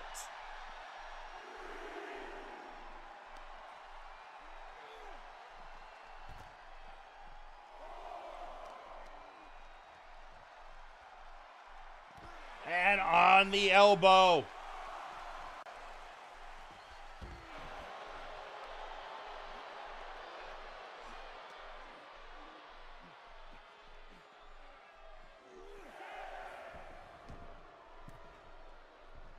Chasing after him. Oh! Diving drop kick.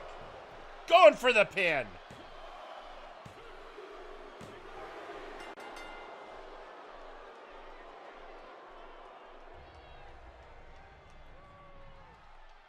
And your winner, Johan Mion. Well, Johan won. We can't play. We didn't have his music queued up because we didn't know he was going to be on the card. Yeah, I understand. Anyway, congratulations, Johan. You won that exhibition match.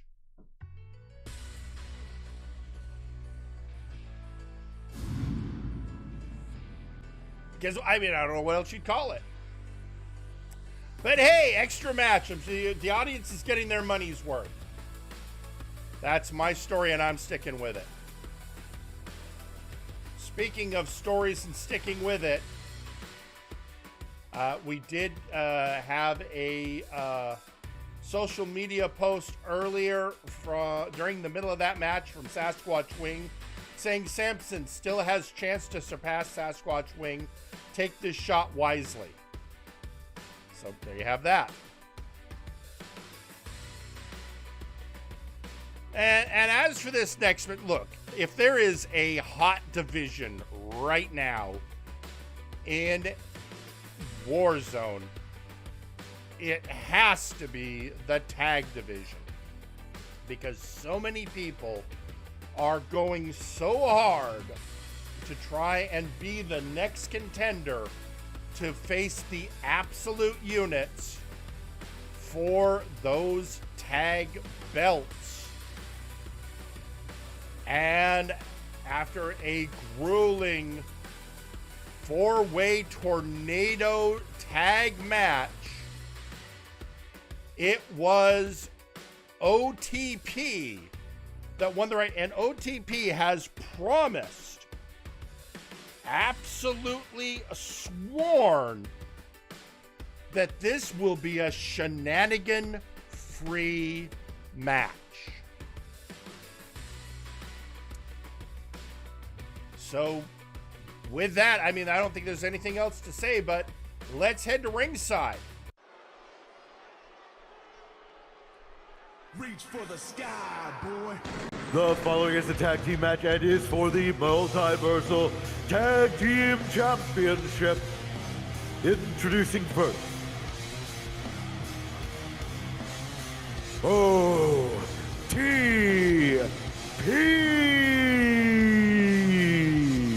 It is the Cajun Cryptid and Florida Man, Crockmore, and registered Anon. Looking to get tag gold after winning the #1 contender slot.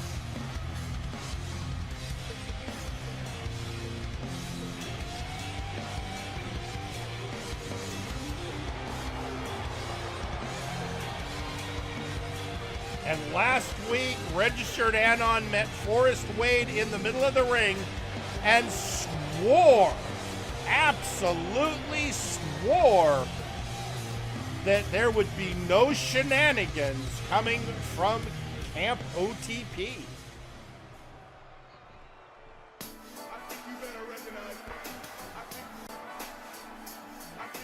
And introducing their opponents, they are the Multiversal Tag Team Champions, the absolute units.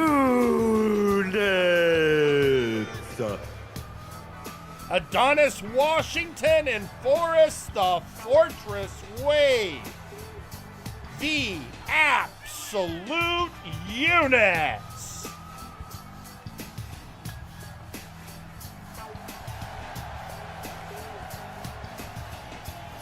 There they go. It is going to be another title defense for the units.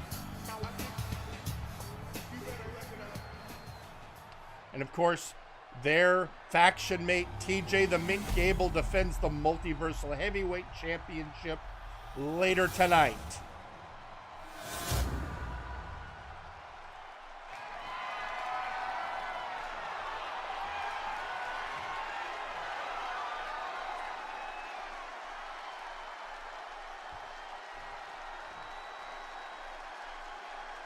There are the challengers, OTP, former tag champions. They have held the belt before.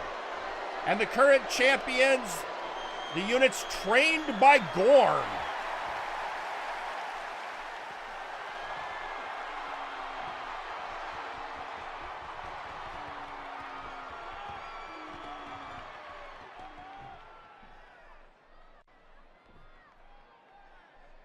And now that the ceremony of the belt is over, we are going to start out with Crockfor and Adonis Washington.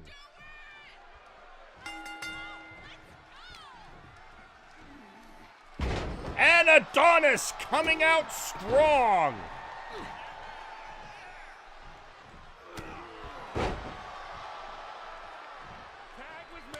And immediately tagging in Forrest. The Taxman cometh.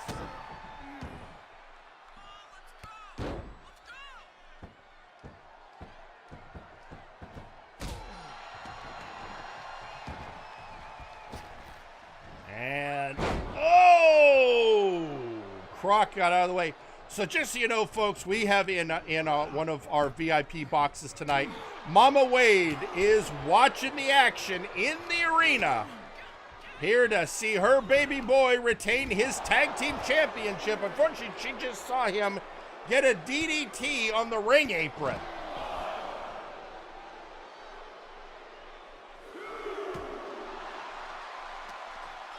But as for that, he is called the Fortress for a reason.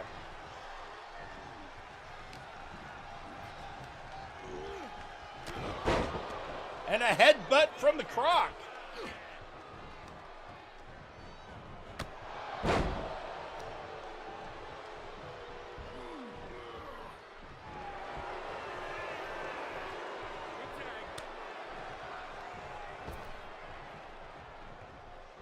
And oh, Forrest with a neck breaker on Anon. Forrest moves surprisingly fast for such a big guy, although an exact return receipt from Anon.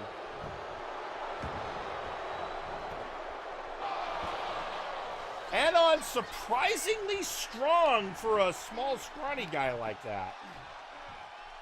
Don't let his stature fool you. He can bring the pain.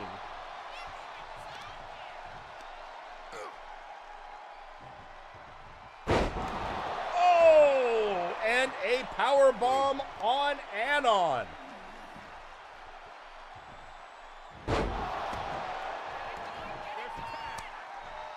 And a tag in to Adonis, who's going to go over and say hi to Croc.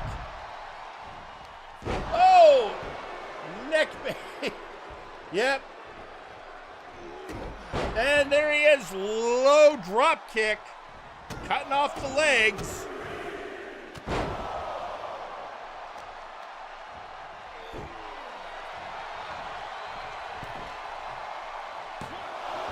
And a kick out at one.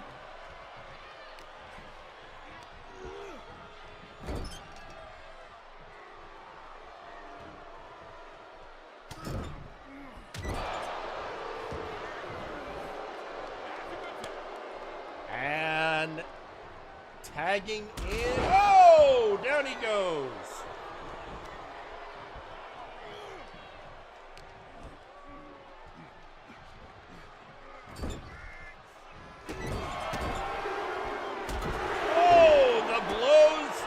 the strikes of Croc4. Oh!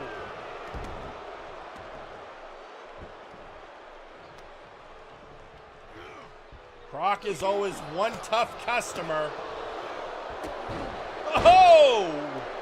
Finishing it up with an Insuguri, going over and kind of returning to Forrest what happened to him earlier thanks to Adonis.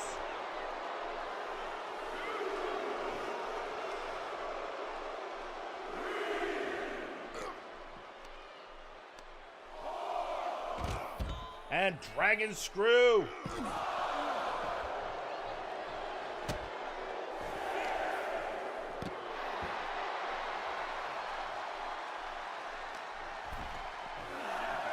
Up to a 7, but back in the ring.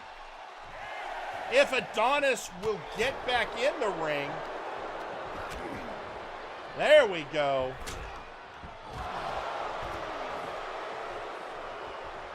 And Anon finally back in the ring.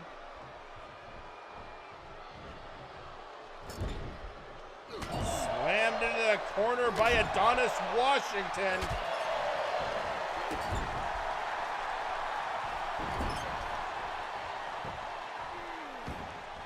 Adonis showing a little of that brutality he picked up under the tutelage of Gorm.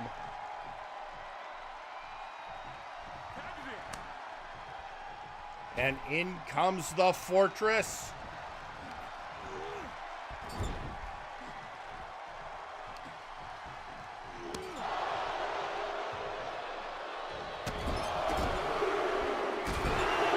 Oh, and here comes Anon.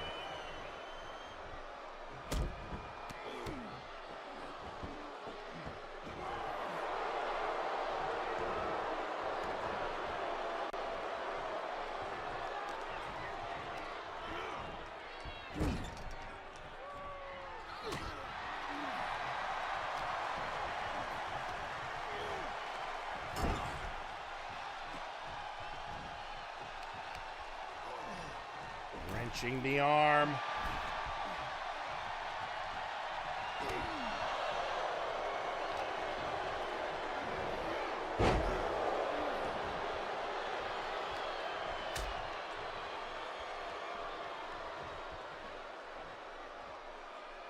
Oh, slamming Adonis. And now slamming, bending him over his knee.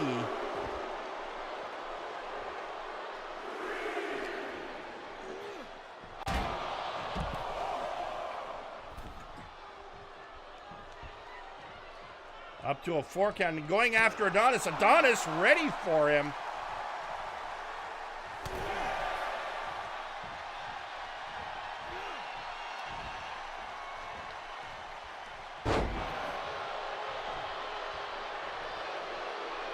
Going for the tag.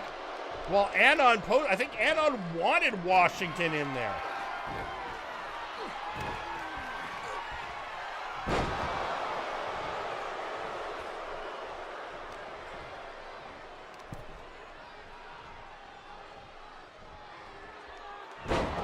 And Washington slammed to the mat.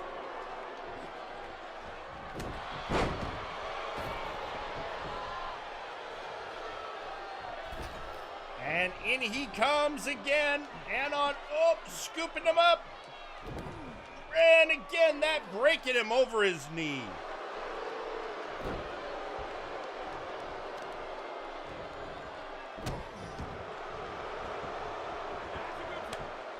Tagging in Croc.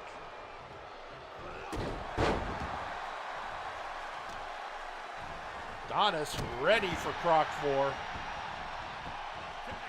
And bringing in Forrest.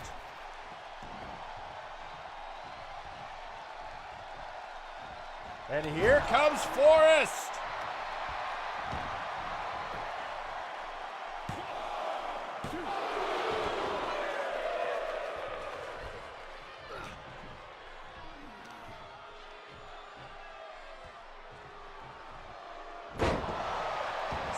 slamming him down and getting ready to do it again. The audit.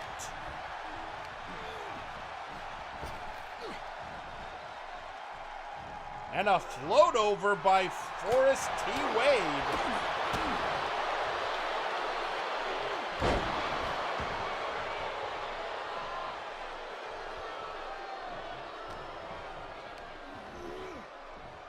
Getting him in the corner.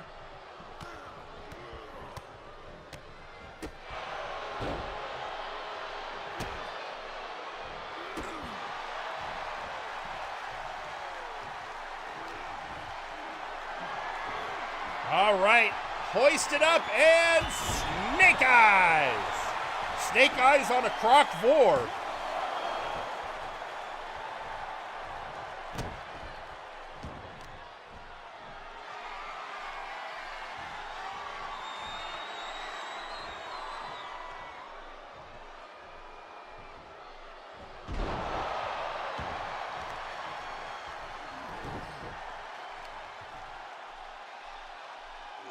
Wrenching the foot.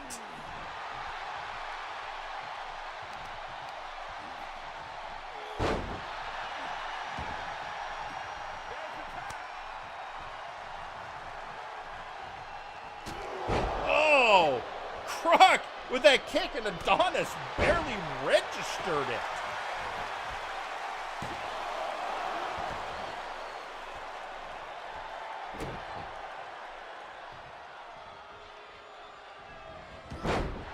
Going for the dive kick, and Croc rolls out of the way. Whip to the corner.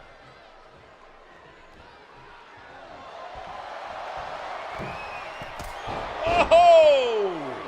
Getting him with that kick from the corner.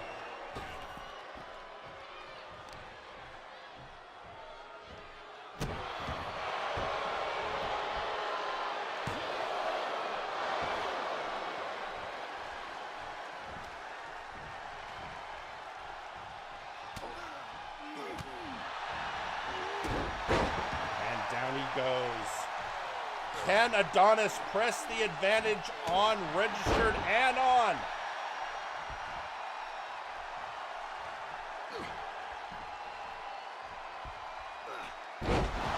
Well, first we're going to have to see if he can handle absolute authority.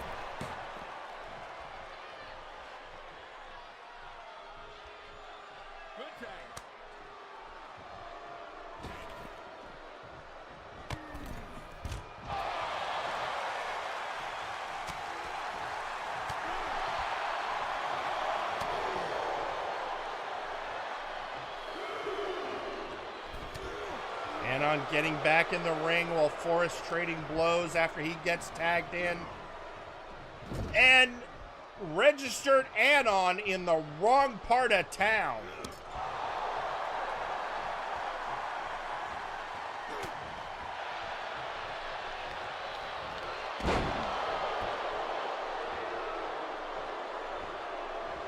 Forrest getting out of the ring after getting slammed by Anon.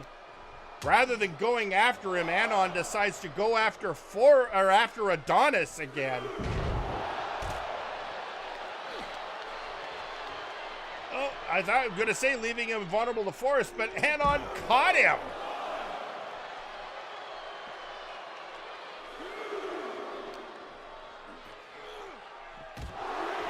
Oh, slamming him off of the Spanish announce table.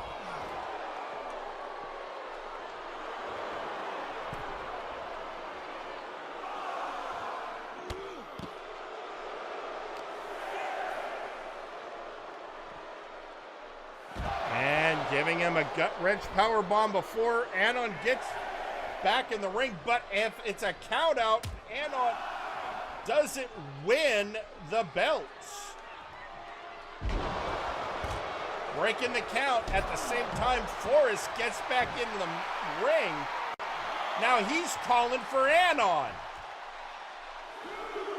And Anon's torn between Chaos on Adonis or going into the ring and face the legal man.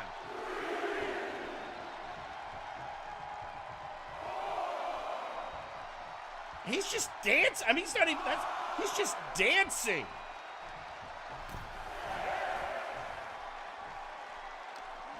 I think he was more interested in dealing with Adonis, who gets him back in the ring. Yeah, Anon is very Adonis focused right now, so Forrest figures, why not? I'll deal with Croc. Now they're going to have to face each other. They're all that's left.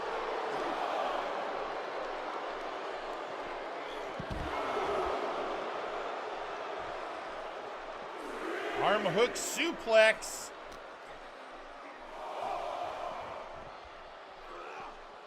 And thrown back into the ring. Oh, Anon going up top. And completely misjudging the distance.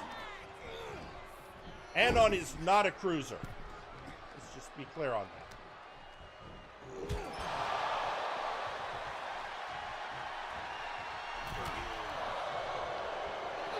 Getting his elbows in it. Oh, what are we setting up? We are setting up for the bloody end. Broken up by Adonis because he was right there. But going to try to set up for, oh no, blocked by Forrest. We were really close to new tag champions. Instead, getting an audit.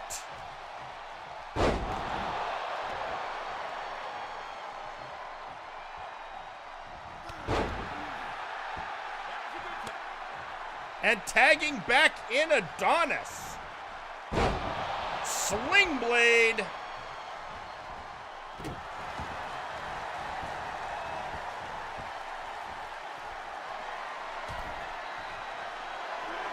And a frog splash later. 1, 2, 3.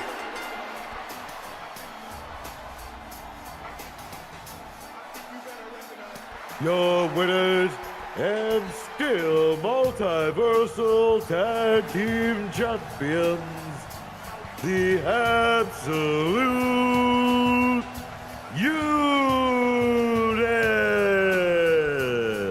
Well, as they like to say, units together, units forever. They retain the belts.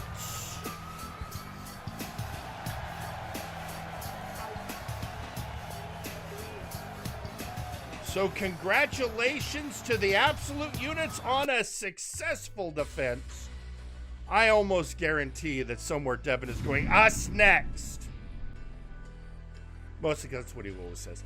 And later tonight, their partner, TJ the Mint Gable, defends the Multiversal Heavyweight Championship against the VI Pharaoh, Ozir Turan. But before we can get to that, we've got to get to this.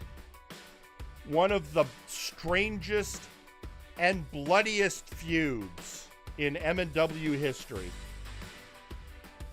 The Stormcrow Jagger Blackthorn and the Vampire Lord Jean Tristam.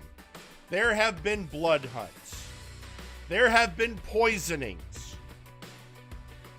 There has been so much back and forth that it led Jean to challenge Jagger to a Hell in the Cell, which Jagger accepted enthusiastically.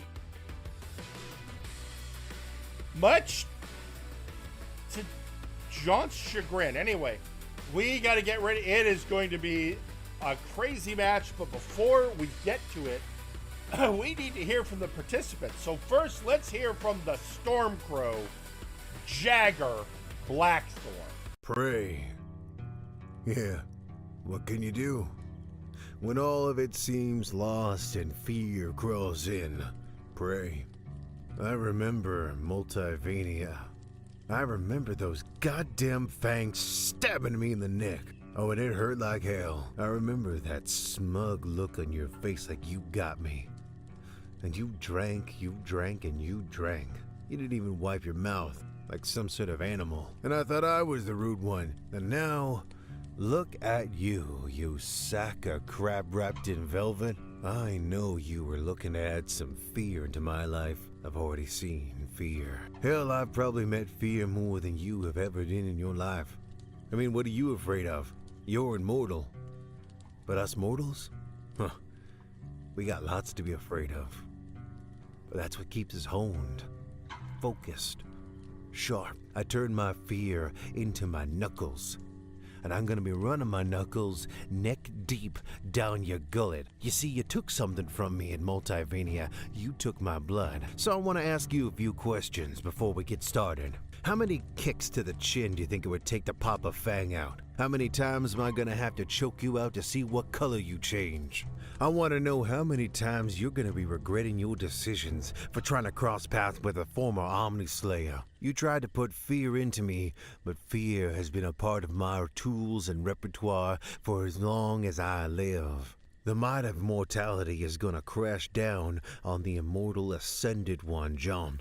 And at the end of the day, there will be prey, but not the clasping of hands. You will be prey. So saith the Storm Crow.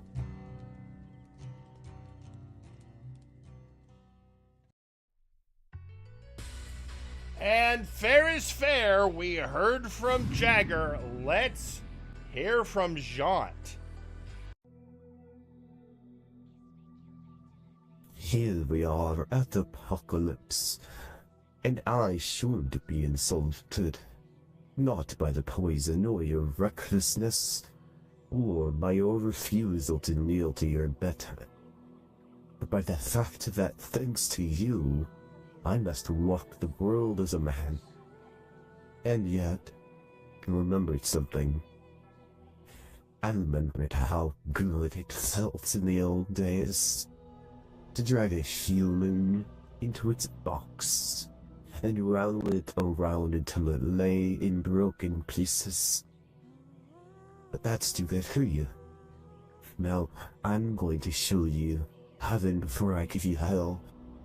I'm going to give you the bliss of adrenaline that's going to make you insatiable for the rest of your life, until the day you die. Do you want to know the price of immortality? Eternal yearning and hunger in exchange for power and perfection. I am as cruel as the man who tortures unjustly. My face is shared by the brother who will cut his brother down for what he has. My form is capable of phenomenon that I weaponize for terror. And I wrap myself in the velvet lies that make people put tyrants on thrones. And when I climb my throne to the top of this company, I'm going to make you watch from inside our blood. And your damned soul will never be fulfilled again.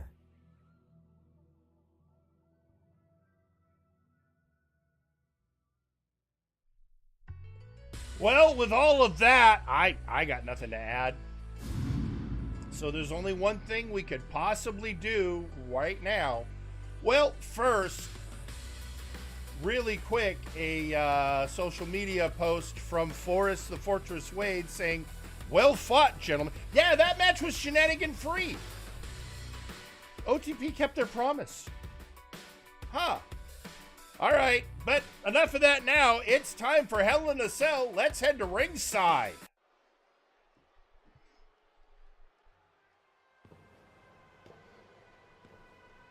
The following is a Hell in a Cell match.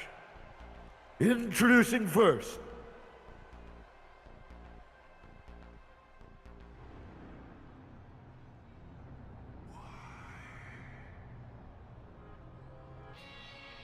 Jagger Blackthorn.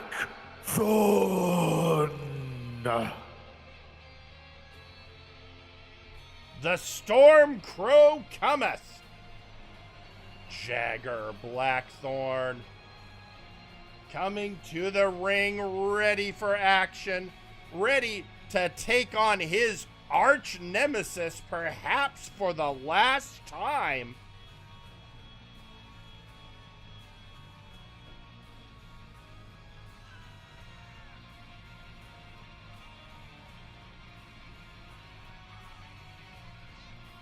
There has been blood hunts, there has been battles, there has been so much.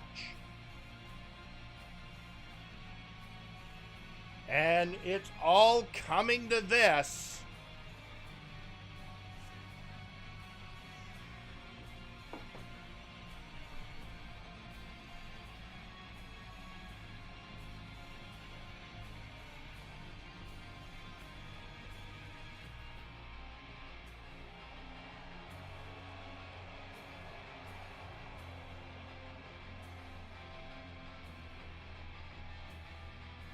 And this, of course, leaves the great question.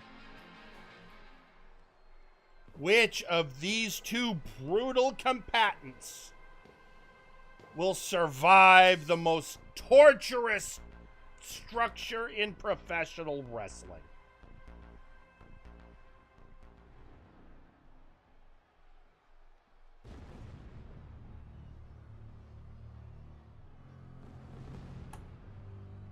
And introducing their opponent,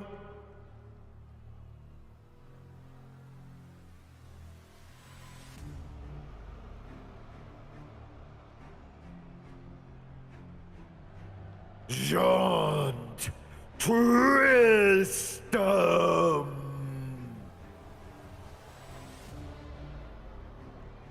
The Vampire Lord representing the Dark Lords,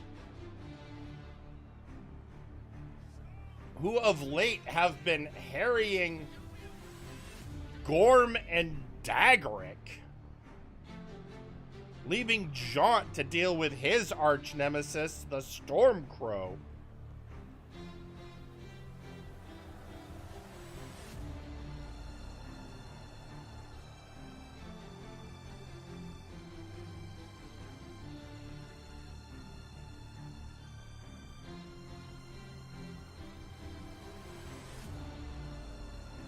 Jaunt Tristram, the vampire, last vampire standing. We used to have two. Now we just have Jaunt. Still have two werewolves, one on each show. We have two dragons now, one on each show. Interesting. And they're off as they are now trapped in the cell. Hell in a cell. And Jagger coming out immediately to go full bore.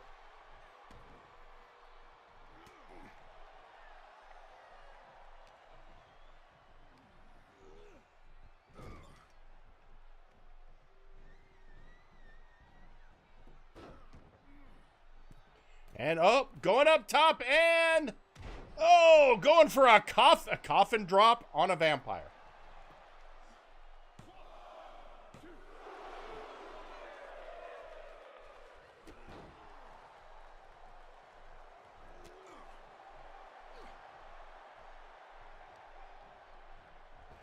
And oh, getting thrown on the outside. No DQs in a Hell in a Cell.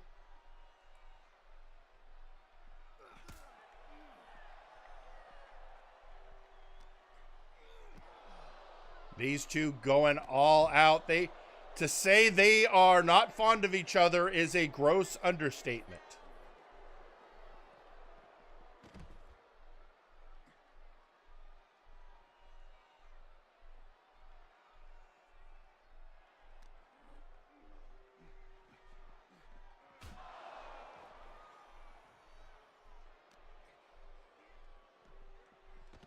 And oh, getting pushed down. As long as the action, well, it doesn't really matter. Doesn't matter, although a pinfall has to happen in the ring. And yet another kick. Jagger. Now on the receiving end from Jaunt.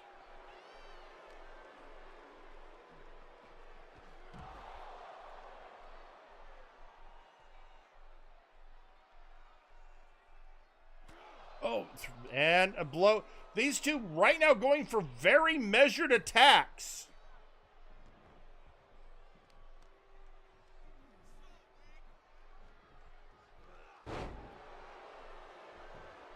Going for a pin. 1, 2. Kick out at 2.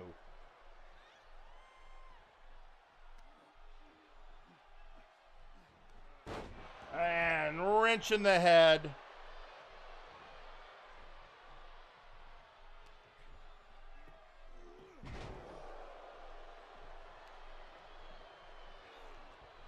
Bringing them up again, and these two, it's hard to see in the cell sometimes. They are going back and forth, but constantly reversing each other.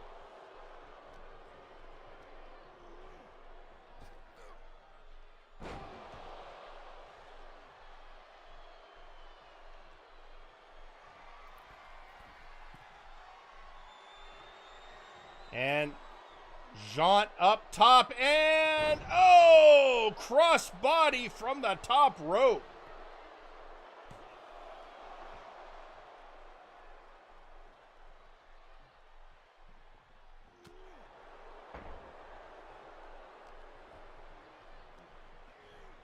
Whip into the rope. No, whipped over the ropes.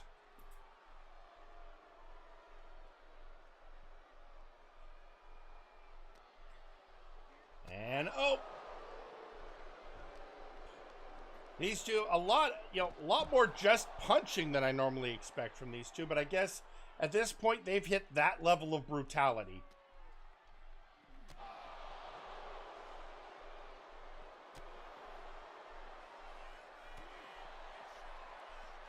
And oh, kick to the back of the head.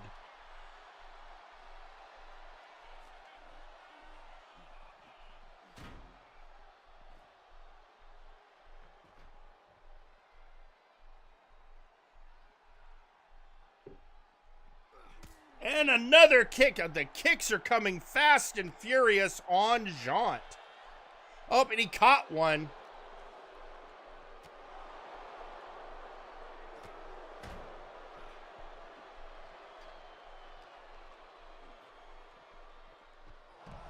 And down goes Jaunt.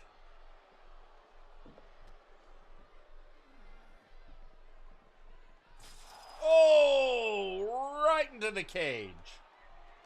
See, there's extra potential and damage, and that cage is not designed for comfort.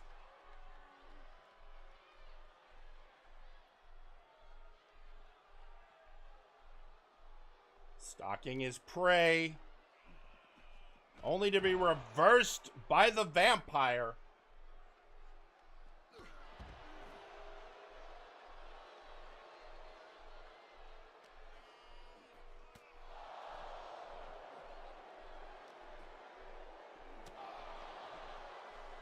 Uppercut. Oh, elbow to reverse it.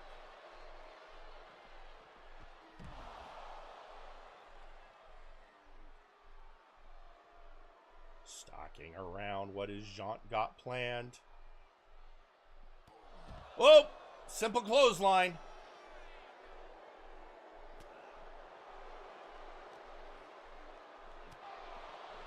Honestly, as long as one of them can basically stand, I don't expect it to go and back into the ring. They're going to wear each other down, beat each other down. Up, and as I say that, Jagger makes me a liar. Because sometimes there are things you can take advantage of in the ring, like the ropes. For a scoop slam backbreaker.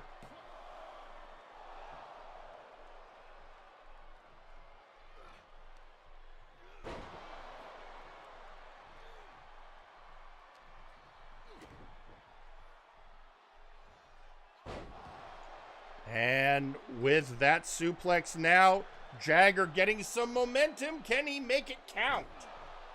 Oh, and, well, we promised you there'd be blood. And a vampire has been busted open and is now trading blows with the Stormcrow.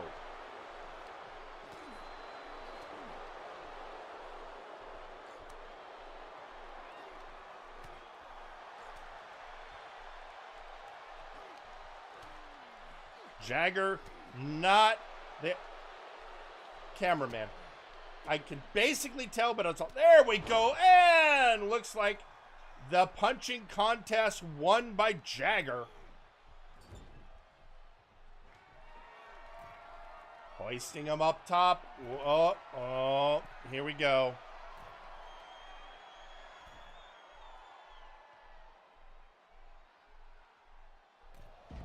And the under a hook suplex from the top rope.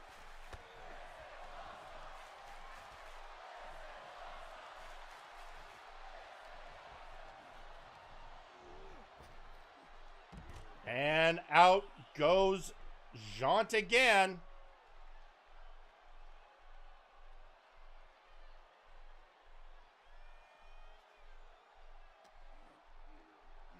And, oh, down he goes.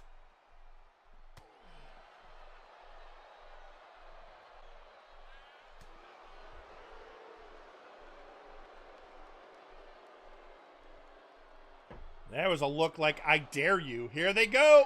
Oh! Oh! Jean suplexed him out of the cage.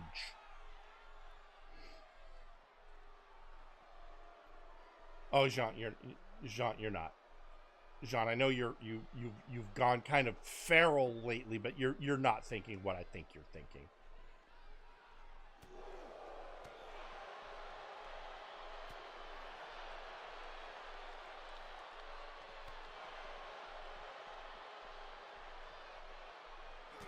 And just chase. Oh, what? I think he scratched the back of his neck. Oh, man, and now he's going.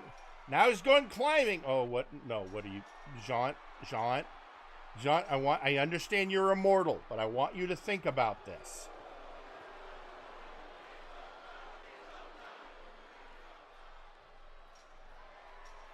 Well, now here comes Jagger chasing after him.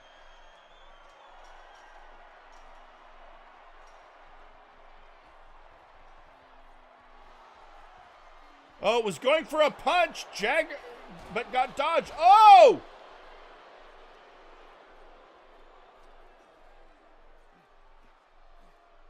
Going for a suplex. Oh! And turned into an arm drag by Jaunt.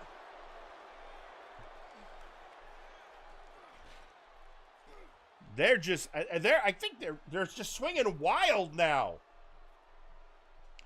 I do believe they are punch drunk.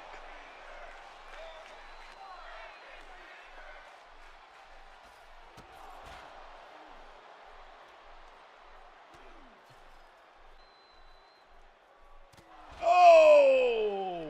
Flying punch at the vampire.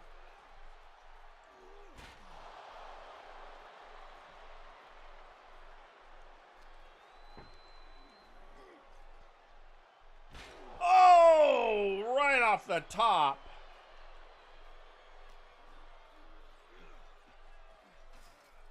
Oh, caught himself at the last moment before getting thrown off top. Underhook. Oh, and again an arm drag. Just can't get that underhook power bomb that looks like he's going for.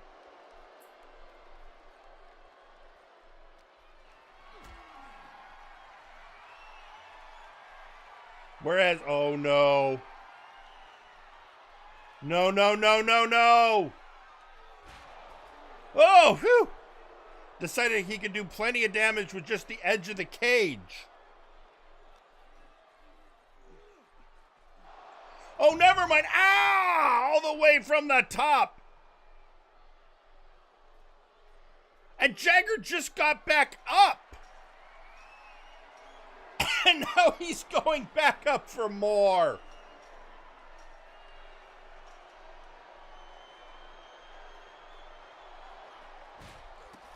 Oh, mistimed drop kick by Jaunt, and Jagger seeing if he can press his advantage.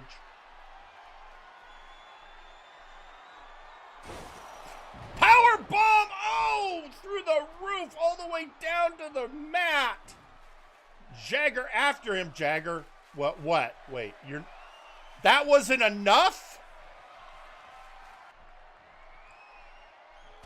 Storm crash!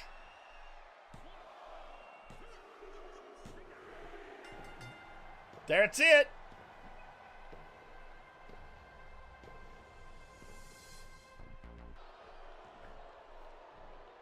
Wait, the ring announcer didn't even get a chance. Wait, the cage got lifted and there's Earl King Russ. The ring announcer didn't even get to call the winner yet.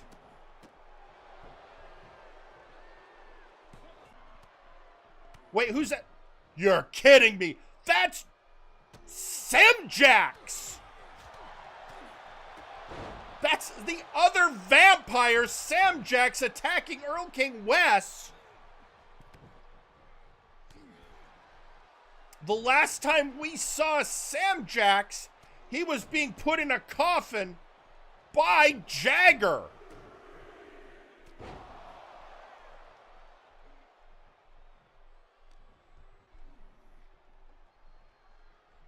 I'm sorry. All right, well, I guess we're getting security down there. I feel sorry for our ring announcer. He didn't get to call the winner, but chaos happens. And that is, we have not, I think it's been over a year since we saw Samjax.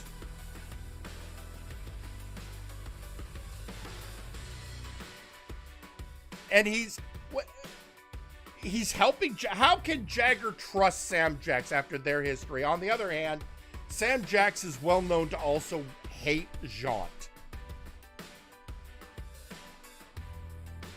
I'm at a loss. I'm at a loss. I don't know that there was many things I expected tonight. That was not one of them. Oh, and now we're getting a message from Taylor, who is the official spokesperson for Samjax. And the message reads, "Ladies, gentlemen, and friends of the press, my client isn't taking any questions at this time. He'll talk next week. Thank you very much." Well, that didn't tell you a damn thing. All right. I guess we'll have to learn next time on Warzone what that's all about. Meantime, we just got to keep going. That's all we got to do. We got to keep going. And we have two things to get through. We are now going to go to what would normally be your main event. But this night is weird. Because it's time for the Multiversal Heavyweight Championship match. Ozir Turan returned to MNW and immediately set his sights on the Multiversal Heavyweight Championship, held by TJ the Mint Gable. Well, that match is happening. And I don't know if there's anything else to say other than let's get to it. Let's do this. Let's go to ringside.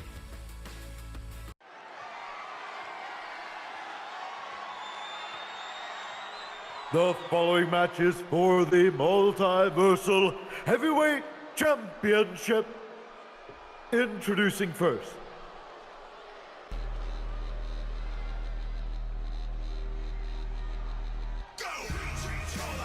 Ozir Turan.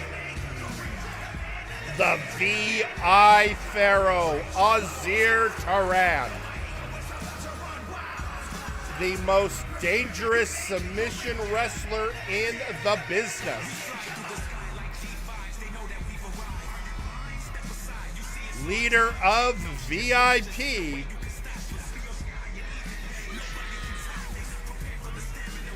Coming to the ring.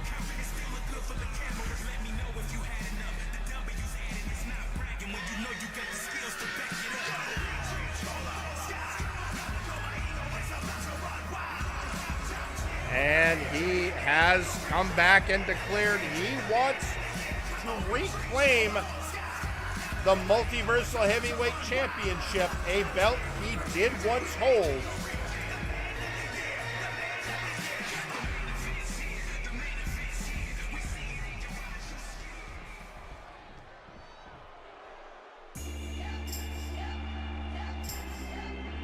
And introducing their opponent, they are the Multiversal Heavyweight Champion, TJ the Mint Gable.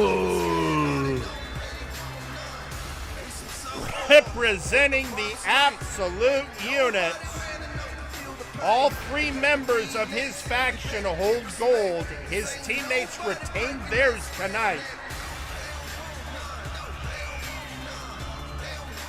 Can he do the same?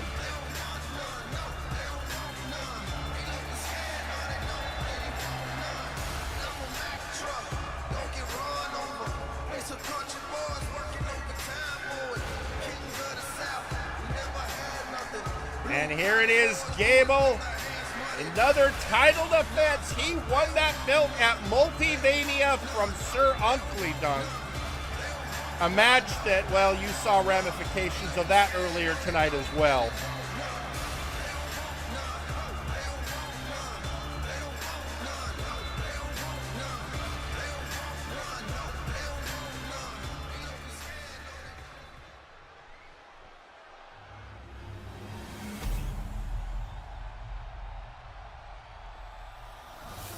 And here we go.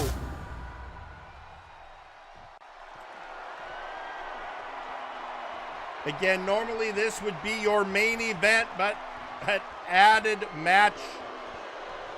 But for now, the VI Pharaoh Azir Taran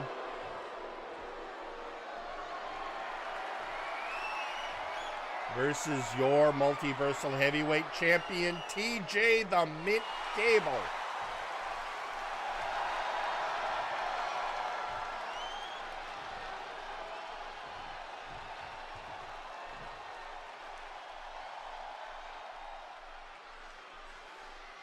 And there we have it. It is time for the ceremony of the belt.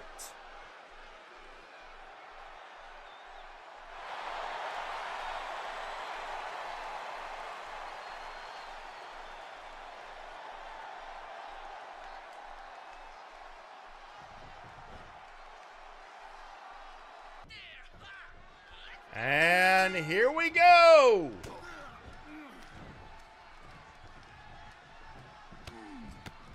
And the Mint coming out strong. Reverse DDT.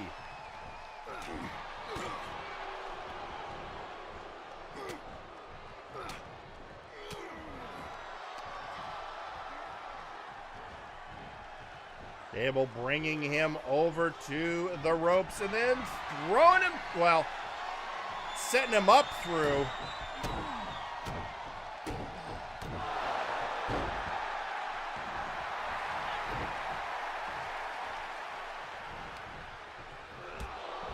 Oh, right in the shin.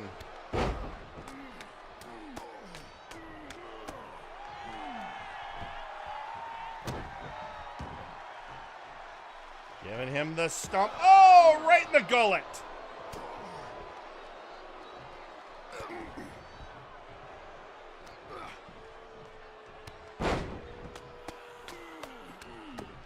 And again, raining blows. Gable with that boxing background. Taran, a submission specialist focusing on the arms.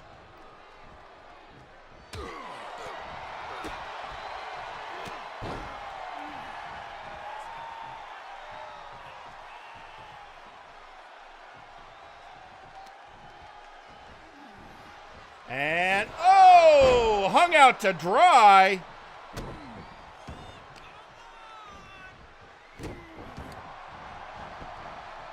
Again, Gable with a bit more brutality than in the past, courtesy of the training from Gorm.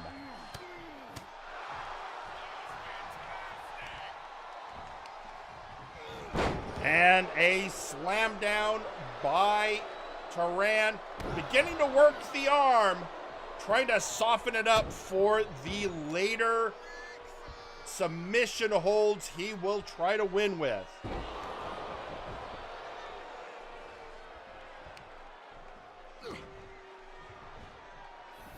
And it is almost, oh, he's working the arm again. Ow! With the hope of hitting that Trial of Osiris.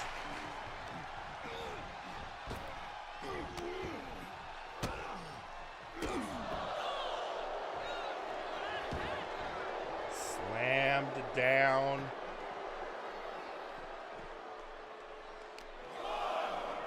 Mitt threatening him off, and not caring.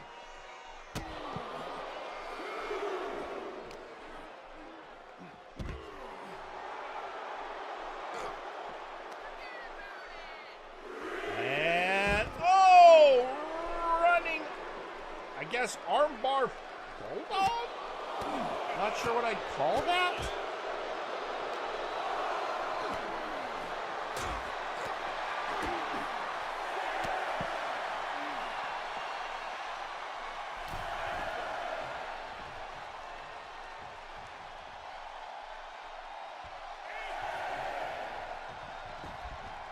Goading him in again.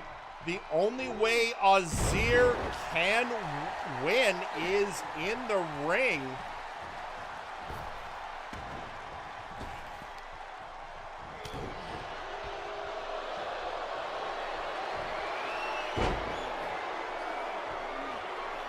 And, oh, going again, working that arm, but Gable gets loose.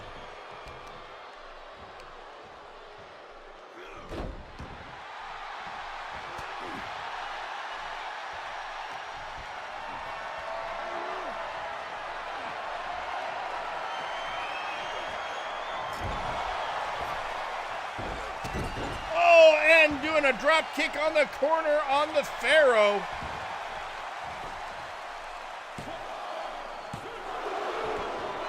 And another kick out.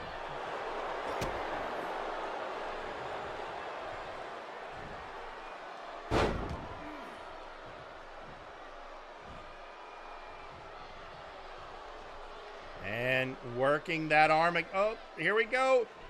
Every little bit helps.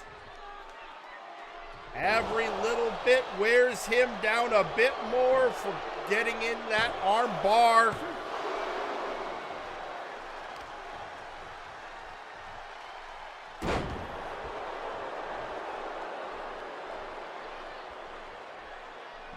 And looks like we are now setting up. No, caught by Gable.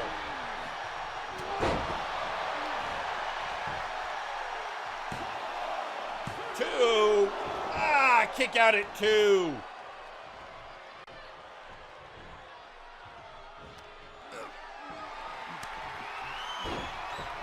Turan was so confident that with his arm submissions he could win, not remembering he's dealing with a dedicated striker.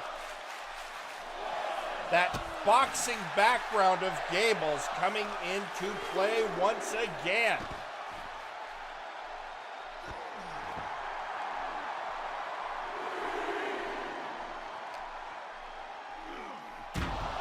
Oh, bounced off the steps.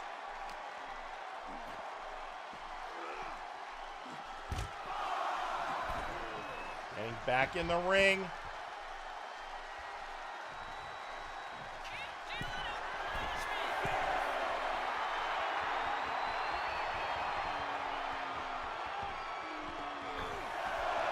Oh!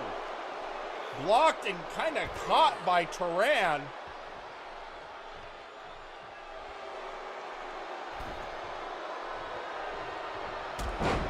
Oh! Taken out at the shin.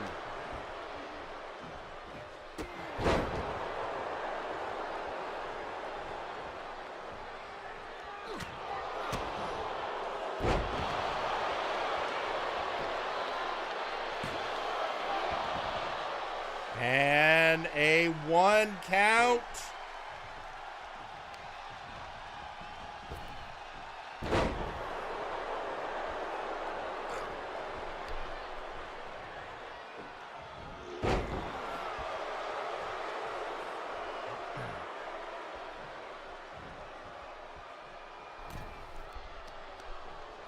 Working the arm again. Knowing what he has to set up if he is going to get this done.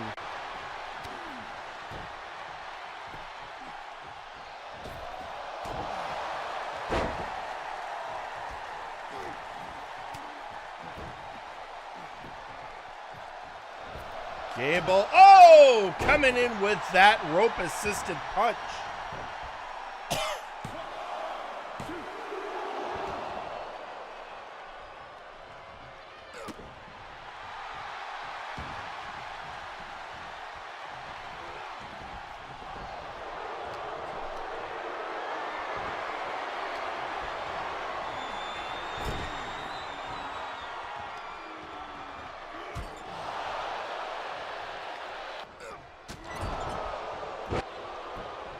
Oh, looks, got it, 1, 2, nope, just 1.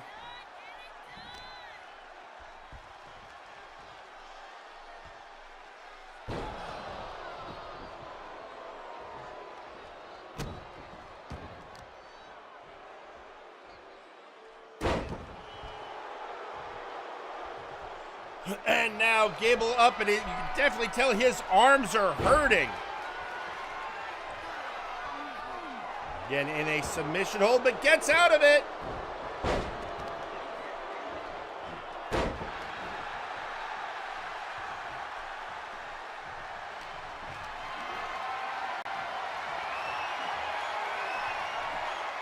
And just tossing him.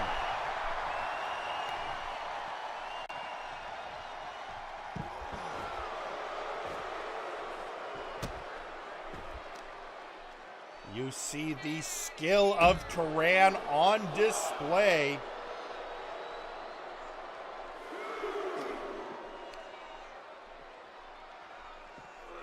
And a running bulldog again with the arm wrenching.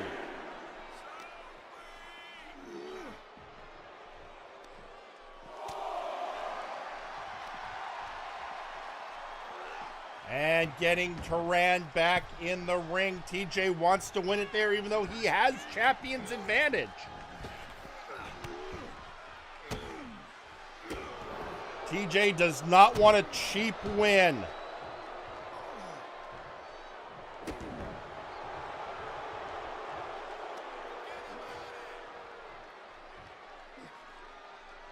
And oh, the disrespect.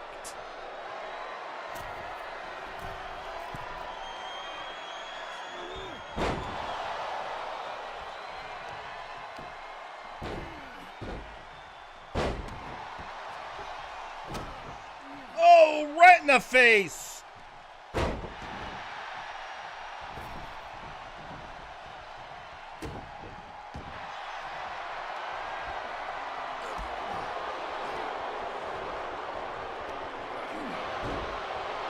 Down he goes, and 1.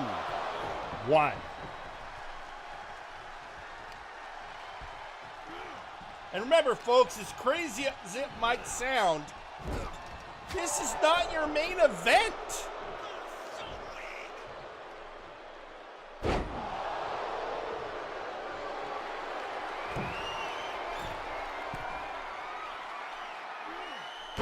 And bringing the knee down on TJ Gable. 1, 2. And again, a kick out at 2.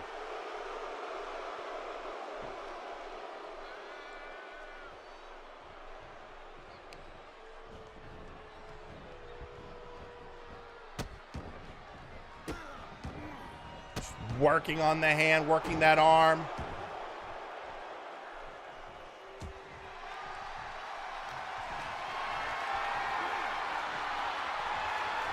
TJ's got him up, and snake eyes.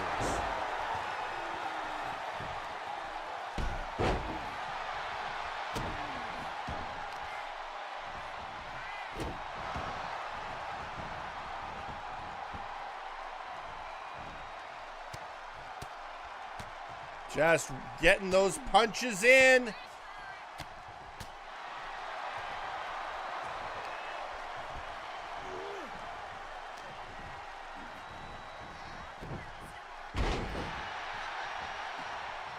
Slamming him down. TJ getting the momentum.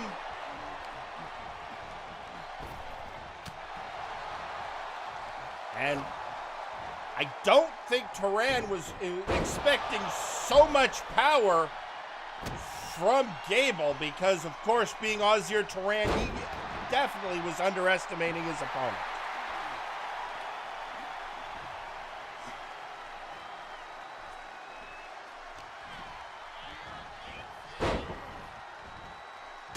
Oh, busted open!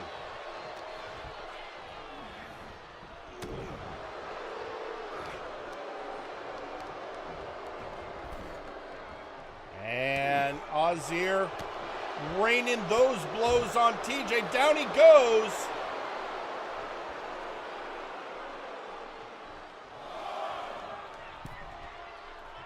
Back in he comes and whip to the corner.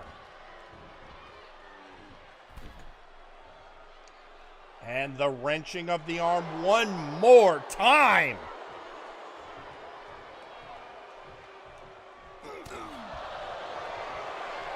And now Ozir getting into I thought it was going to be a punching contest with a man who's a boxer. And now he's getting maybe the worst of it.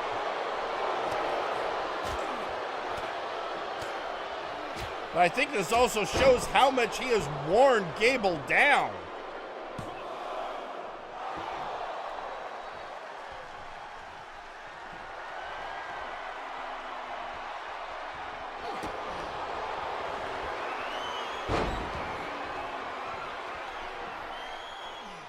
Working that, finally getting that arm bar on. Can he survive?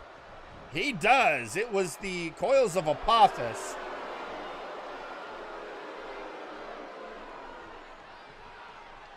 And Turan, Turan's going after the ref. Knocking the ref out, or down. Wait, what's he planning with? No. We saw this the other week. He is obsessed with putting Gable through that burning table, which just went out.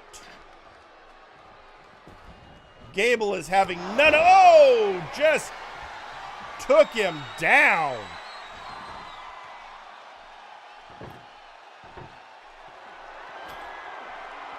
Now Gable looks like he's planning on returning the favor.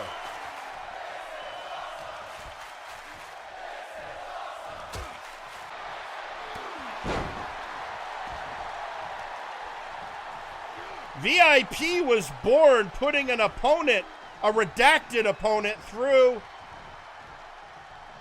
a burning table. Ozir acts like he wants to repeat that to cement their legacy.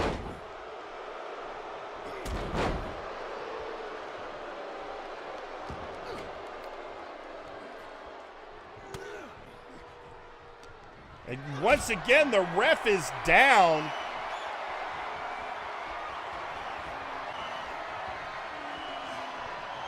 And Ozir goes through the burning table.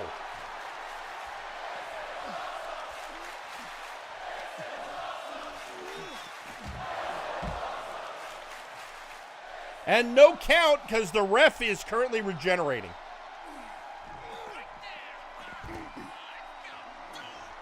He is up and he saw no one go through a table, so he can't make a call. TJ thinking about getting back in the ring and then realizes he should probably bring the Pharaoh with him.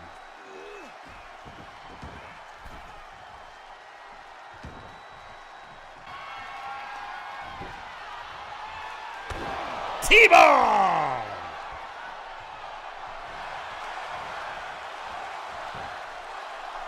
One, two, three.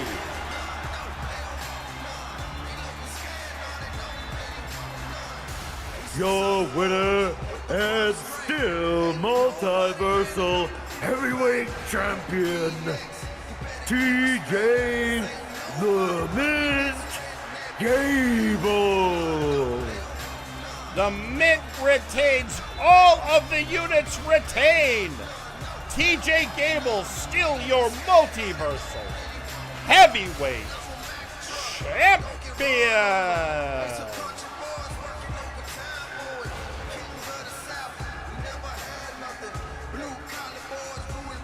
But there we have it, folks. And like I said, normally that would be it. We would be done. But this is not at all a normal night,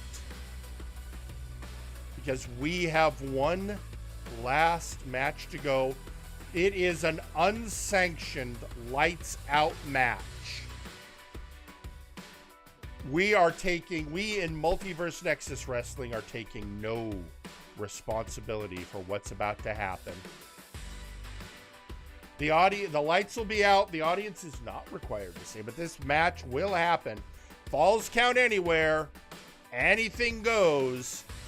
Tommy Black, your Nexus Titan champion, taking on Necrom, your Underworld champion. They have had a feud going for months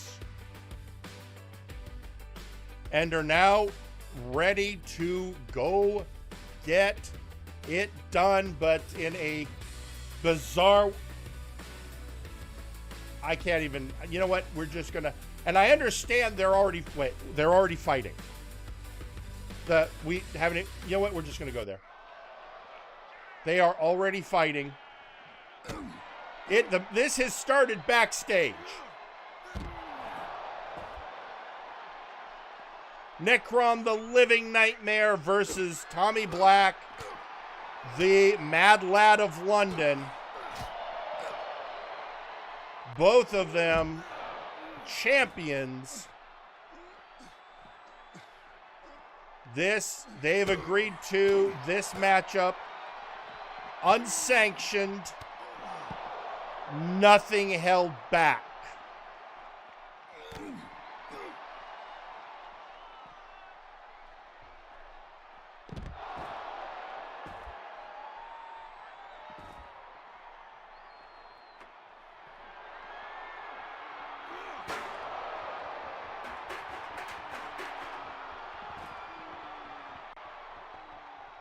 And is there a ref even back there?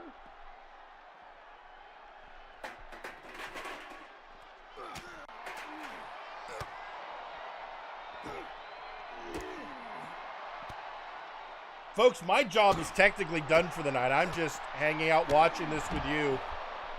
But those announcer instincts just won't give up.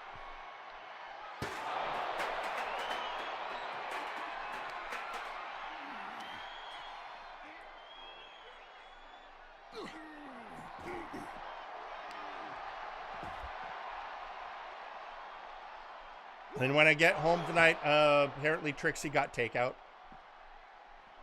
So, you know.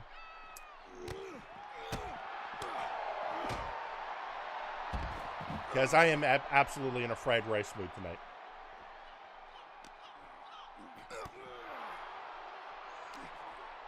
TJ likes, JJ, he likes Mongolian beef.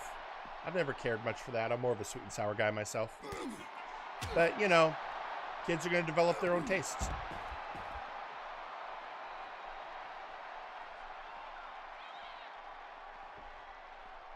Looks like Necrom is heading out from the backstage area.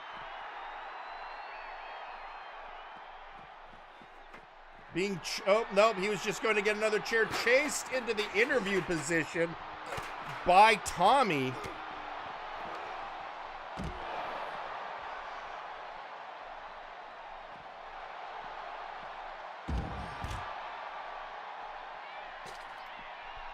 These two, you know, it's because they're both champions. They both wanted to be, you know, open challenge champions, but they seem more competitive with each other, but neither wants to actually put their belts up. I think in part because they neither wants to be responsible for there being a double champion.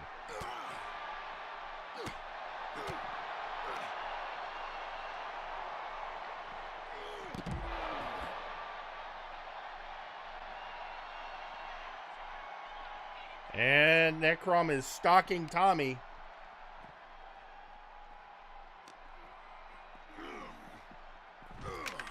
Oh, is that a hockey stick? You know, in all my time as a professional wrestler, I never experienced anyone bringing out a hockey stick.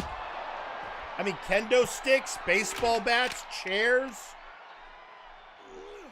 One point, somebody hit me with a chain. A shillelagh. I got hit by a shillelagh once. Oh, through a table. The weirdest thing I think I ever got hit with was a sorcerer's staff.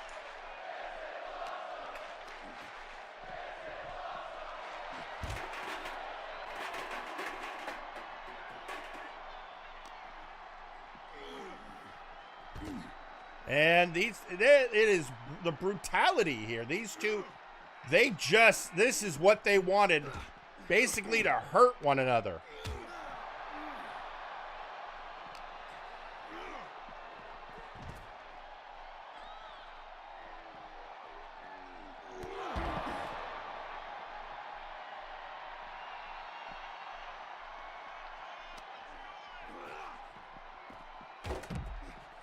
And Necrom into the drink dispenser.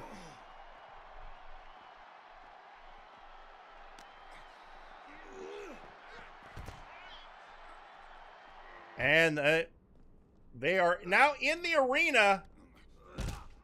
I see somebody got into their pocket to pay for a spotlight.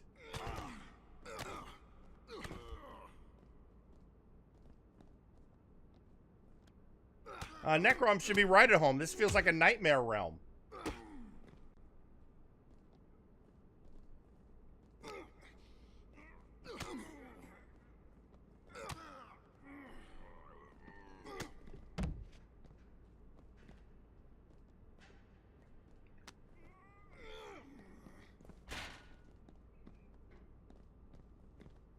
Well, I see each gets their... Oh, and we got a spotlight over the ring. And I see after that last match, the referee regenerated into a female form. Probably from all that damage dealt by Ozir and even a little by Tommy, or TJ.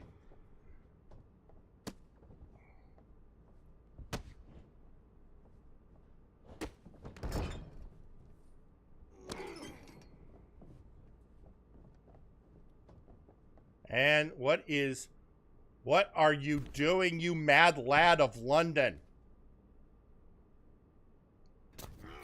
Coast to coast!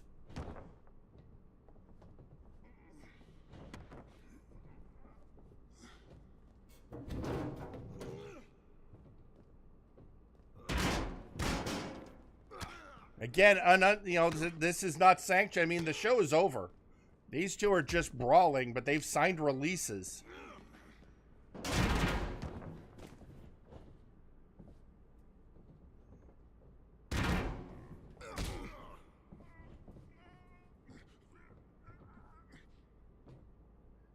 And hung out to dry.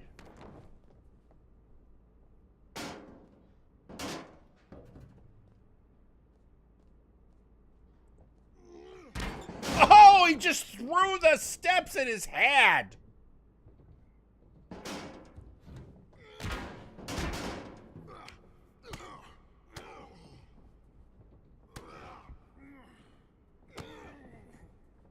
Now they're just trading blows, but I already feel like...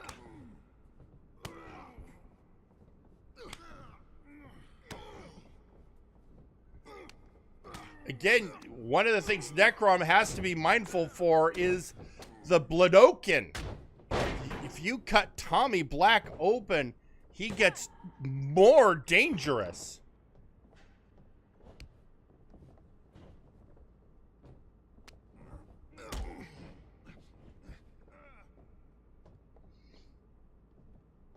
And Tommy, what? Oh, what are you planning?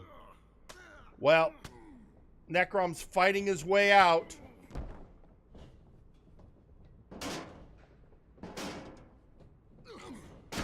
Oh, Tommy trying to employ those stairs, blocked by Necrom.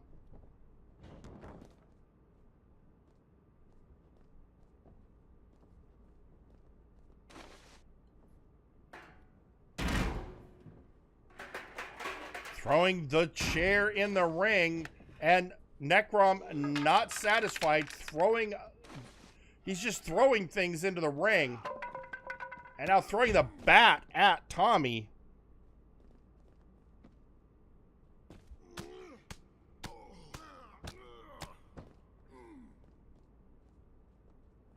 I can't be sure, has Tommy been busted open?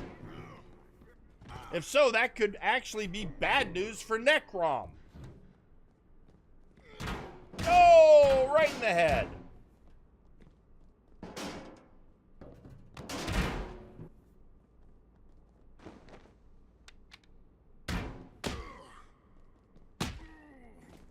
And Tommy is down. Remember, part of the agreement these two had was falls count anywhere.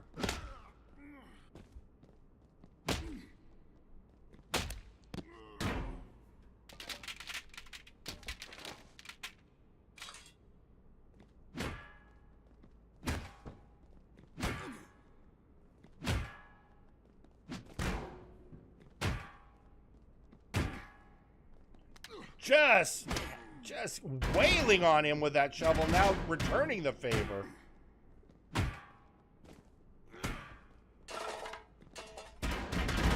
Sling blade onto the steps.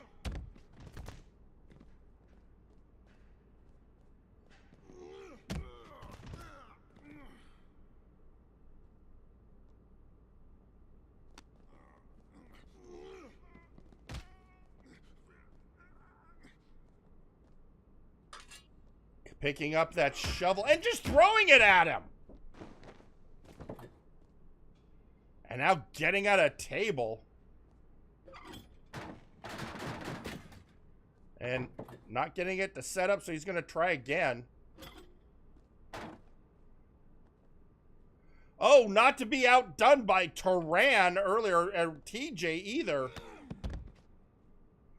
Because now we have fire.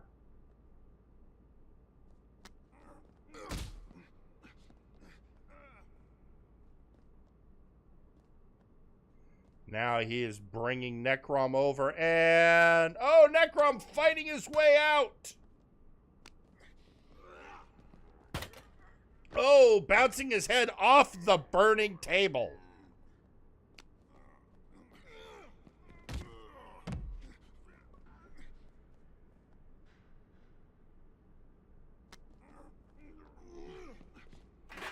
And Necrom avoids the table by veering into the ring. Tommy is bleeding. There's blood on the ring. Necrom, ah!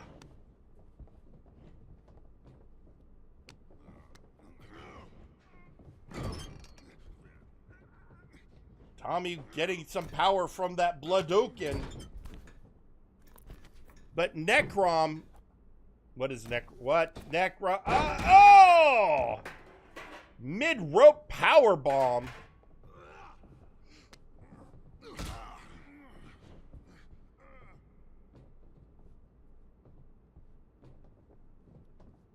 What are you? No! Through the burning table.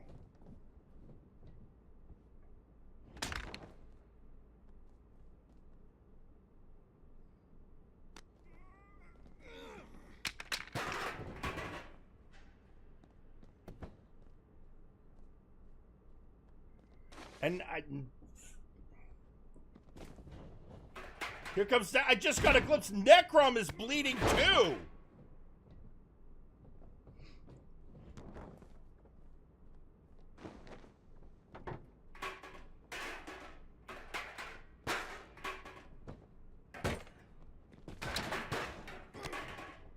Coming at Tommy. Normally, Tommy, once he's bleeding, it's insane and it's bad news for his opponents, but Necrom getting giving as good as he's getting.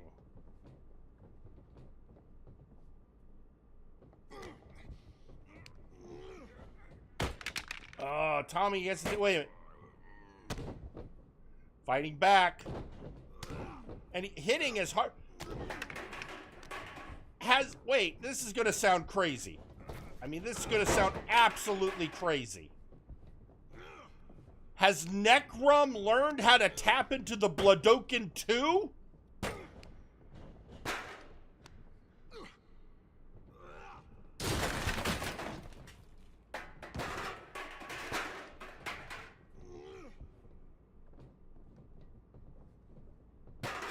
Oh, off the top. Oh, hitting him in the back of the head with the chairs. Tommy was getting ready to clear the Spanish announce. Guys, why are you still here? You should have gone home already.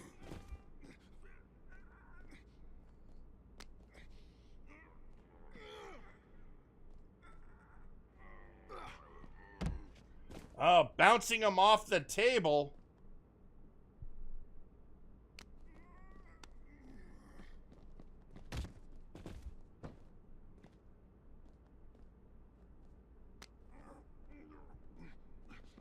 And getting him against there, getting him up.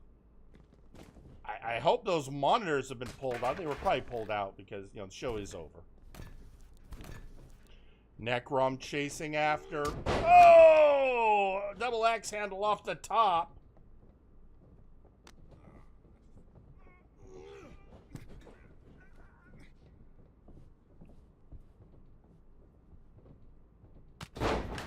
And slamming Tommy into the ring again. There's a lot of shrapnel in the ring right now.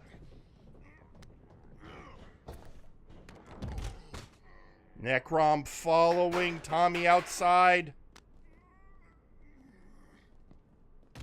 Slamming him into the toe. Oh, this isn't looking good for Black.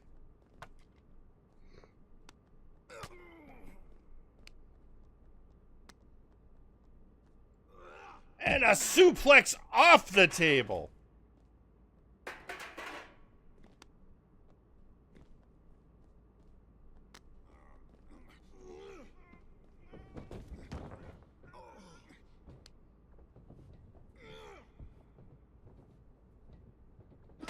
Oh, off of the top of his head.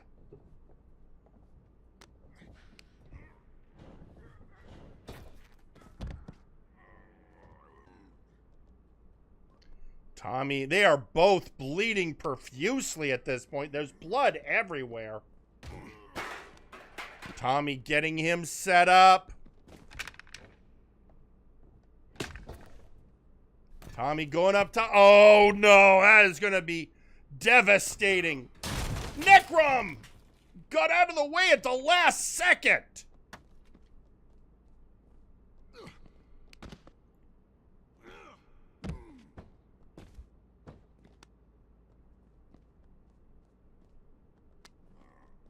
And bringing Tommy back in the ring.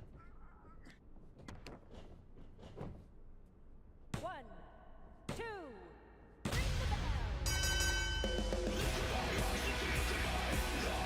And your winner, Necrom. Necrom hit a devil's due and then get Tommy in the ring. But look at how much he's bleeding. He is drenched in his own blood. But that's it. This unsanctioned lights out match goes to Necrom.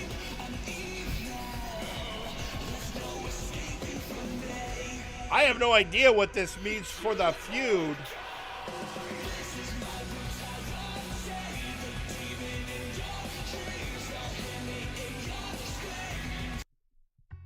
But that's it, folks. Thank you very much. I know we stayed a little over because I was curious about what was happening in the unsanctioned match. But thank you all for joining us tonight for Apocalypse 2025. It was a great night, and we look forward to seeing you next time on MNW Warzone. Until then, I am out of time. I got to get home for some sweet and sour chicken. So I have been your host, Jerry Aldini. Good night.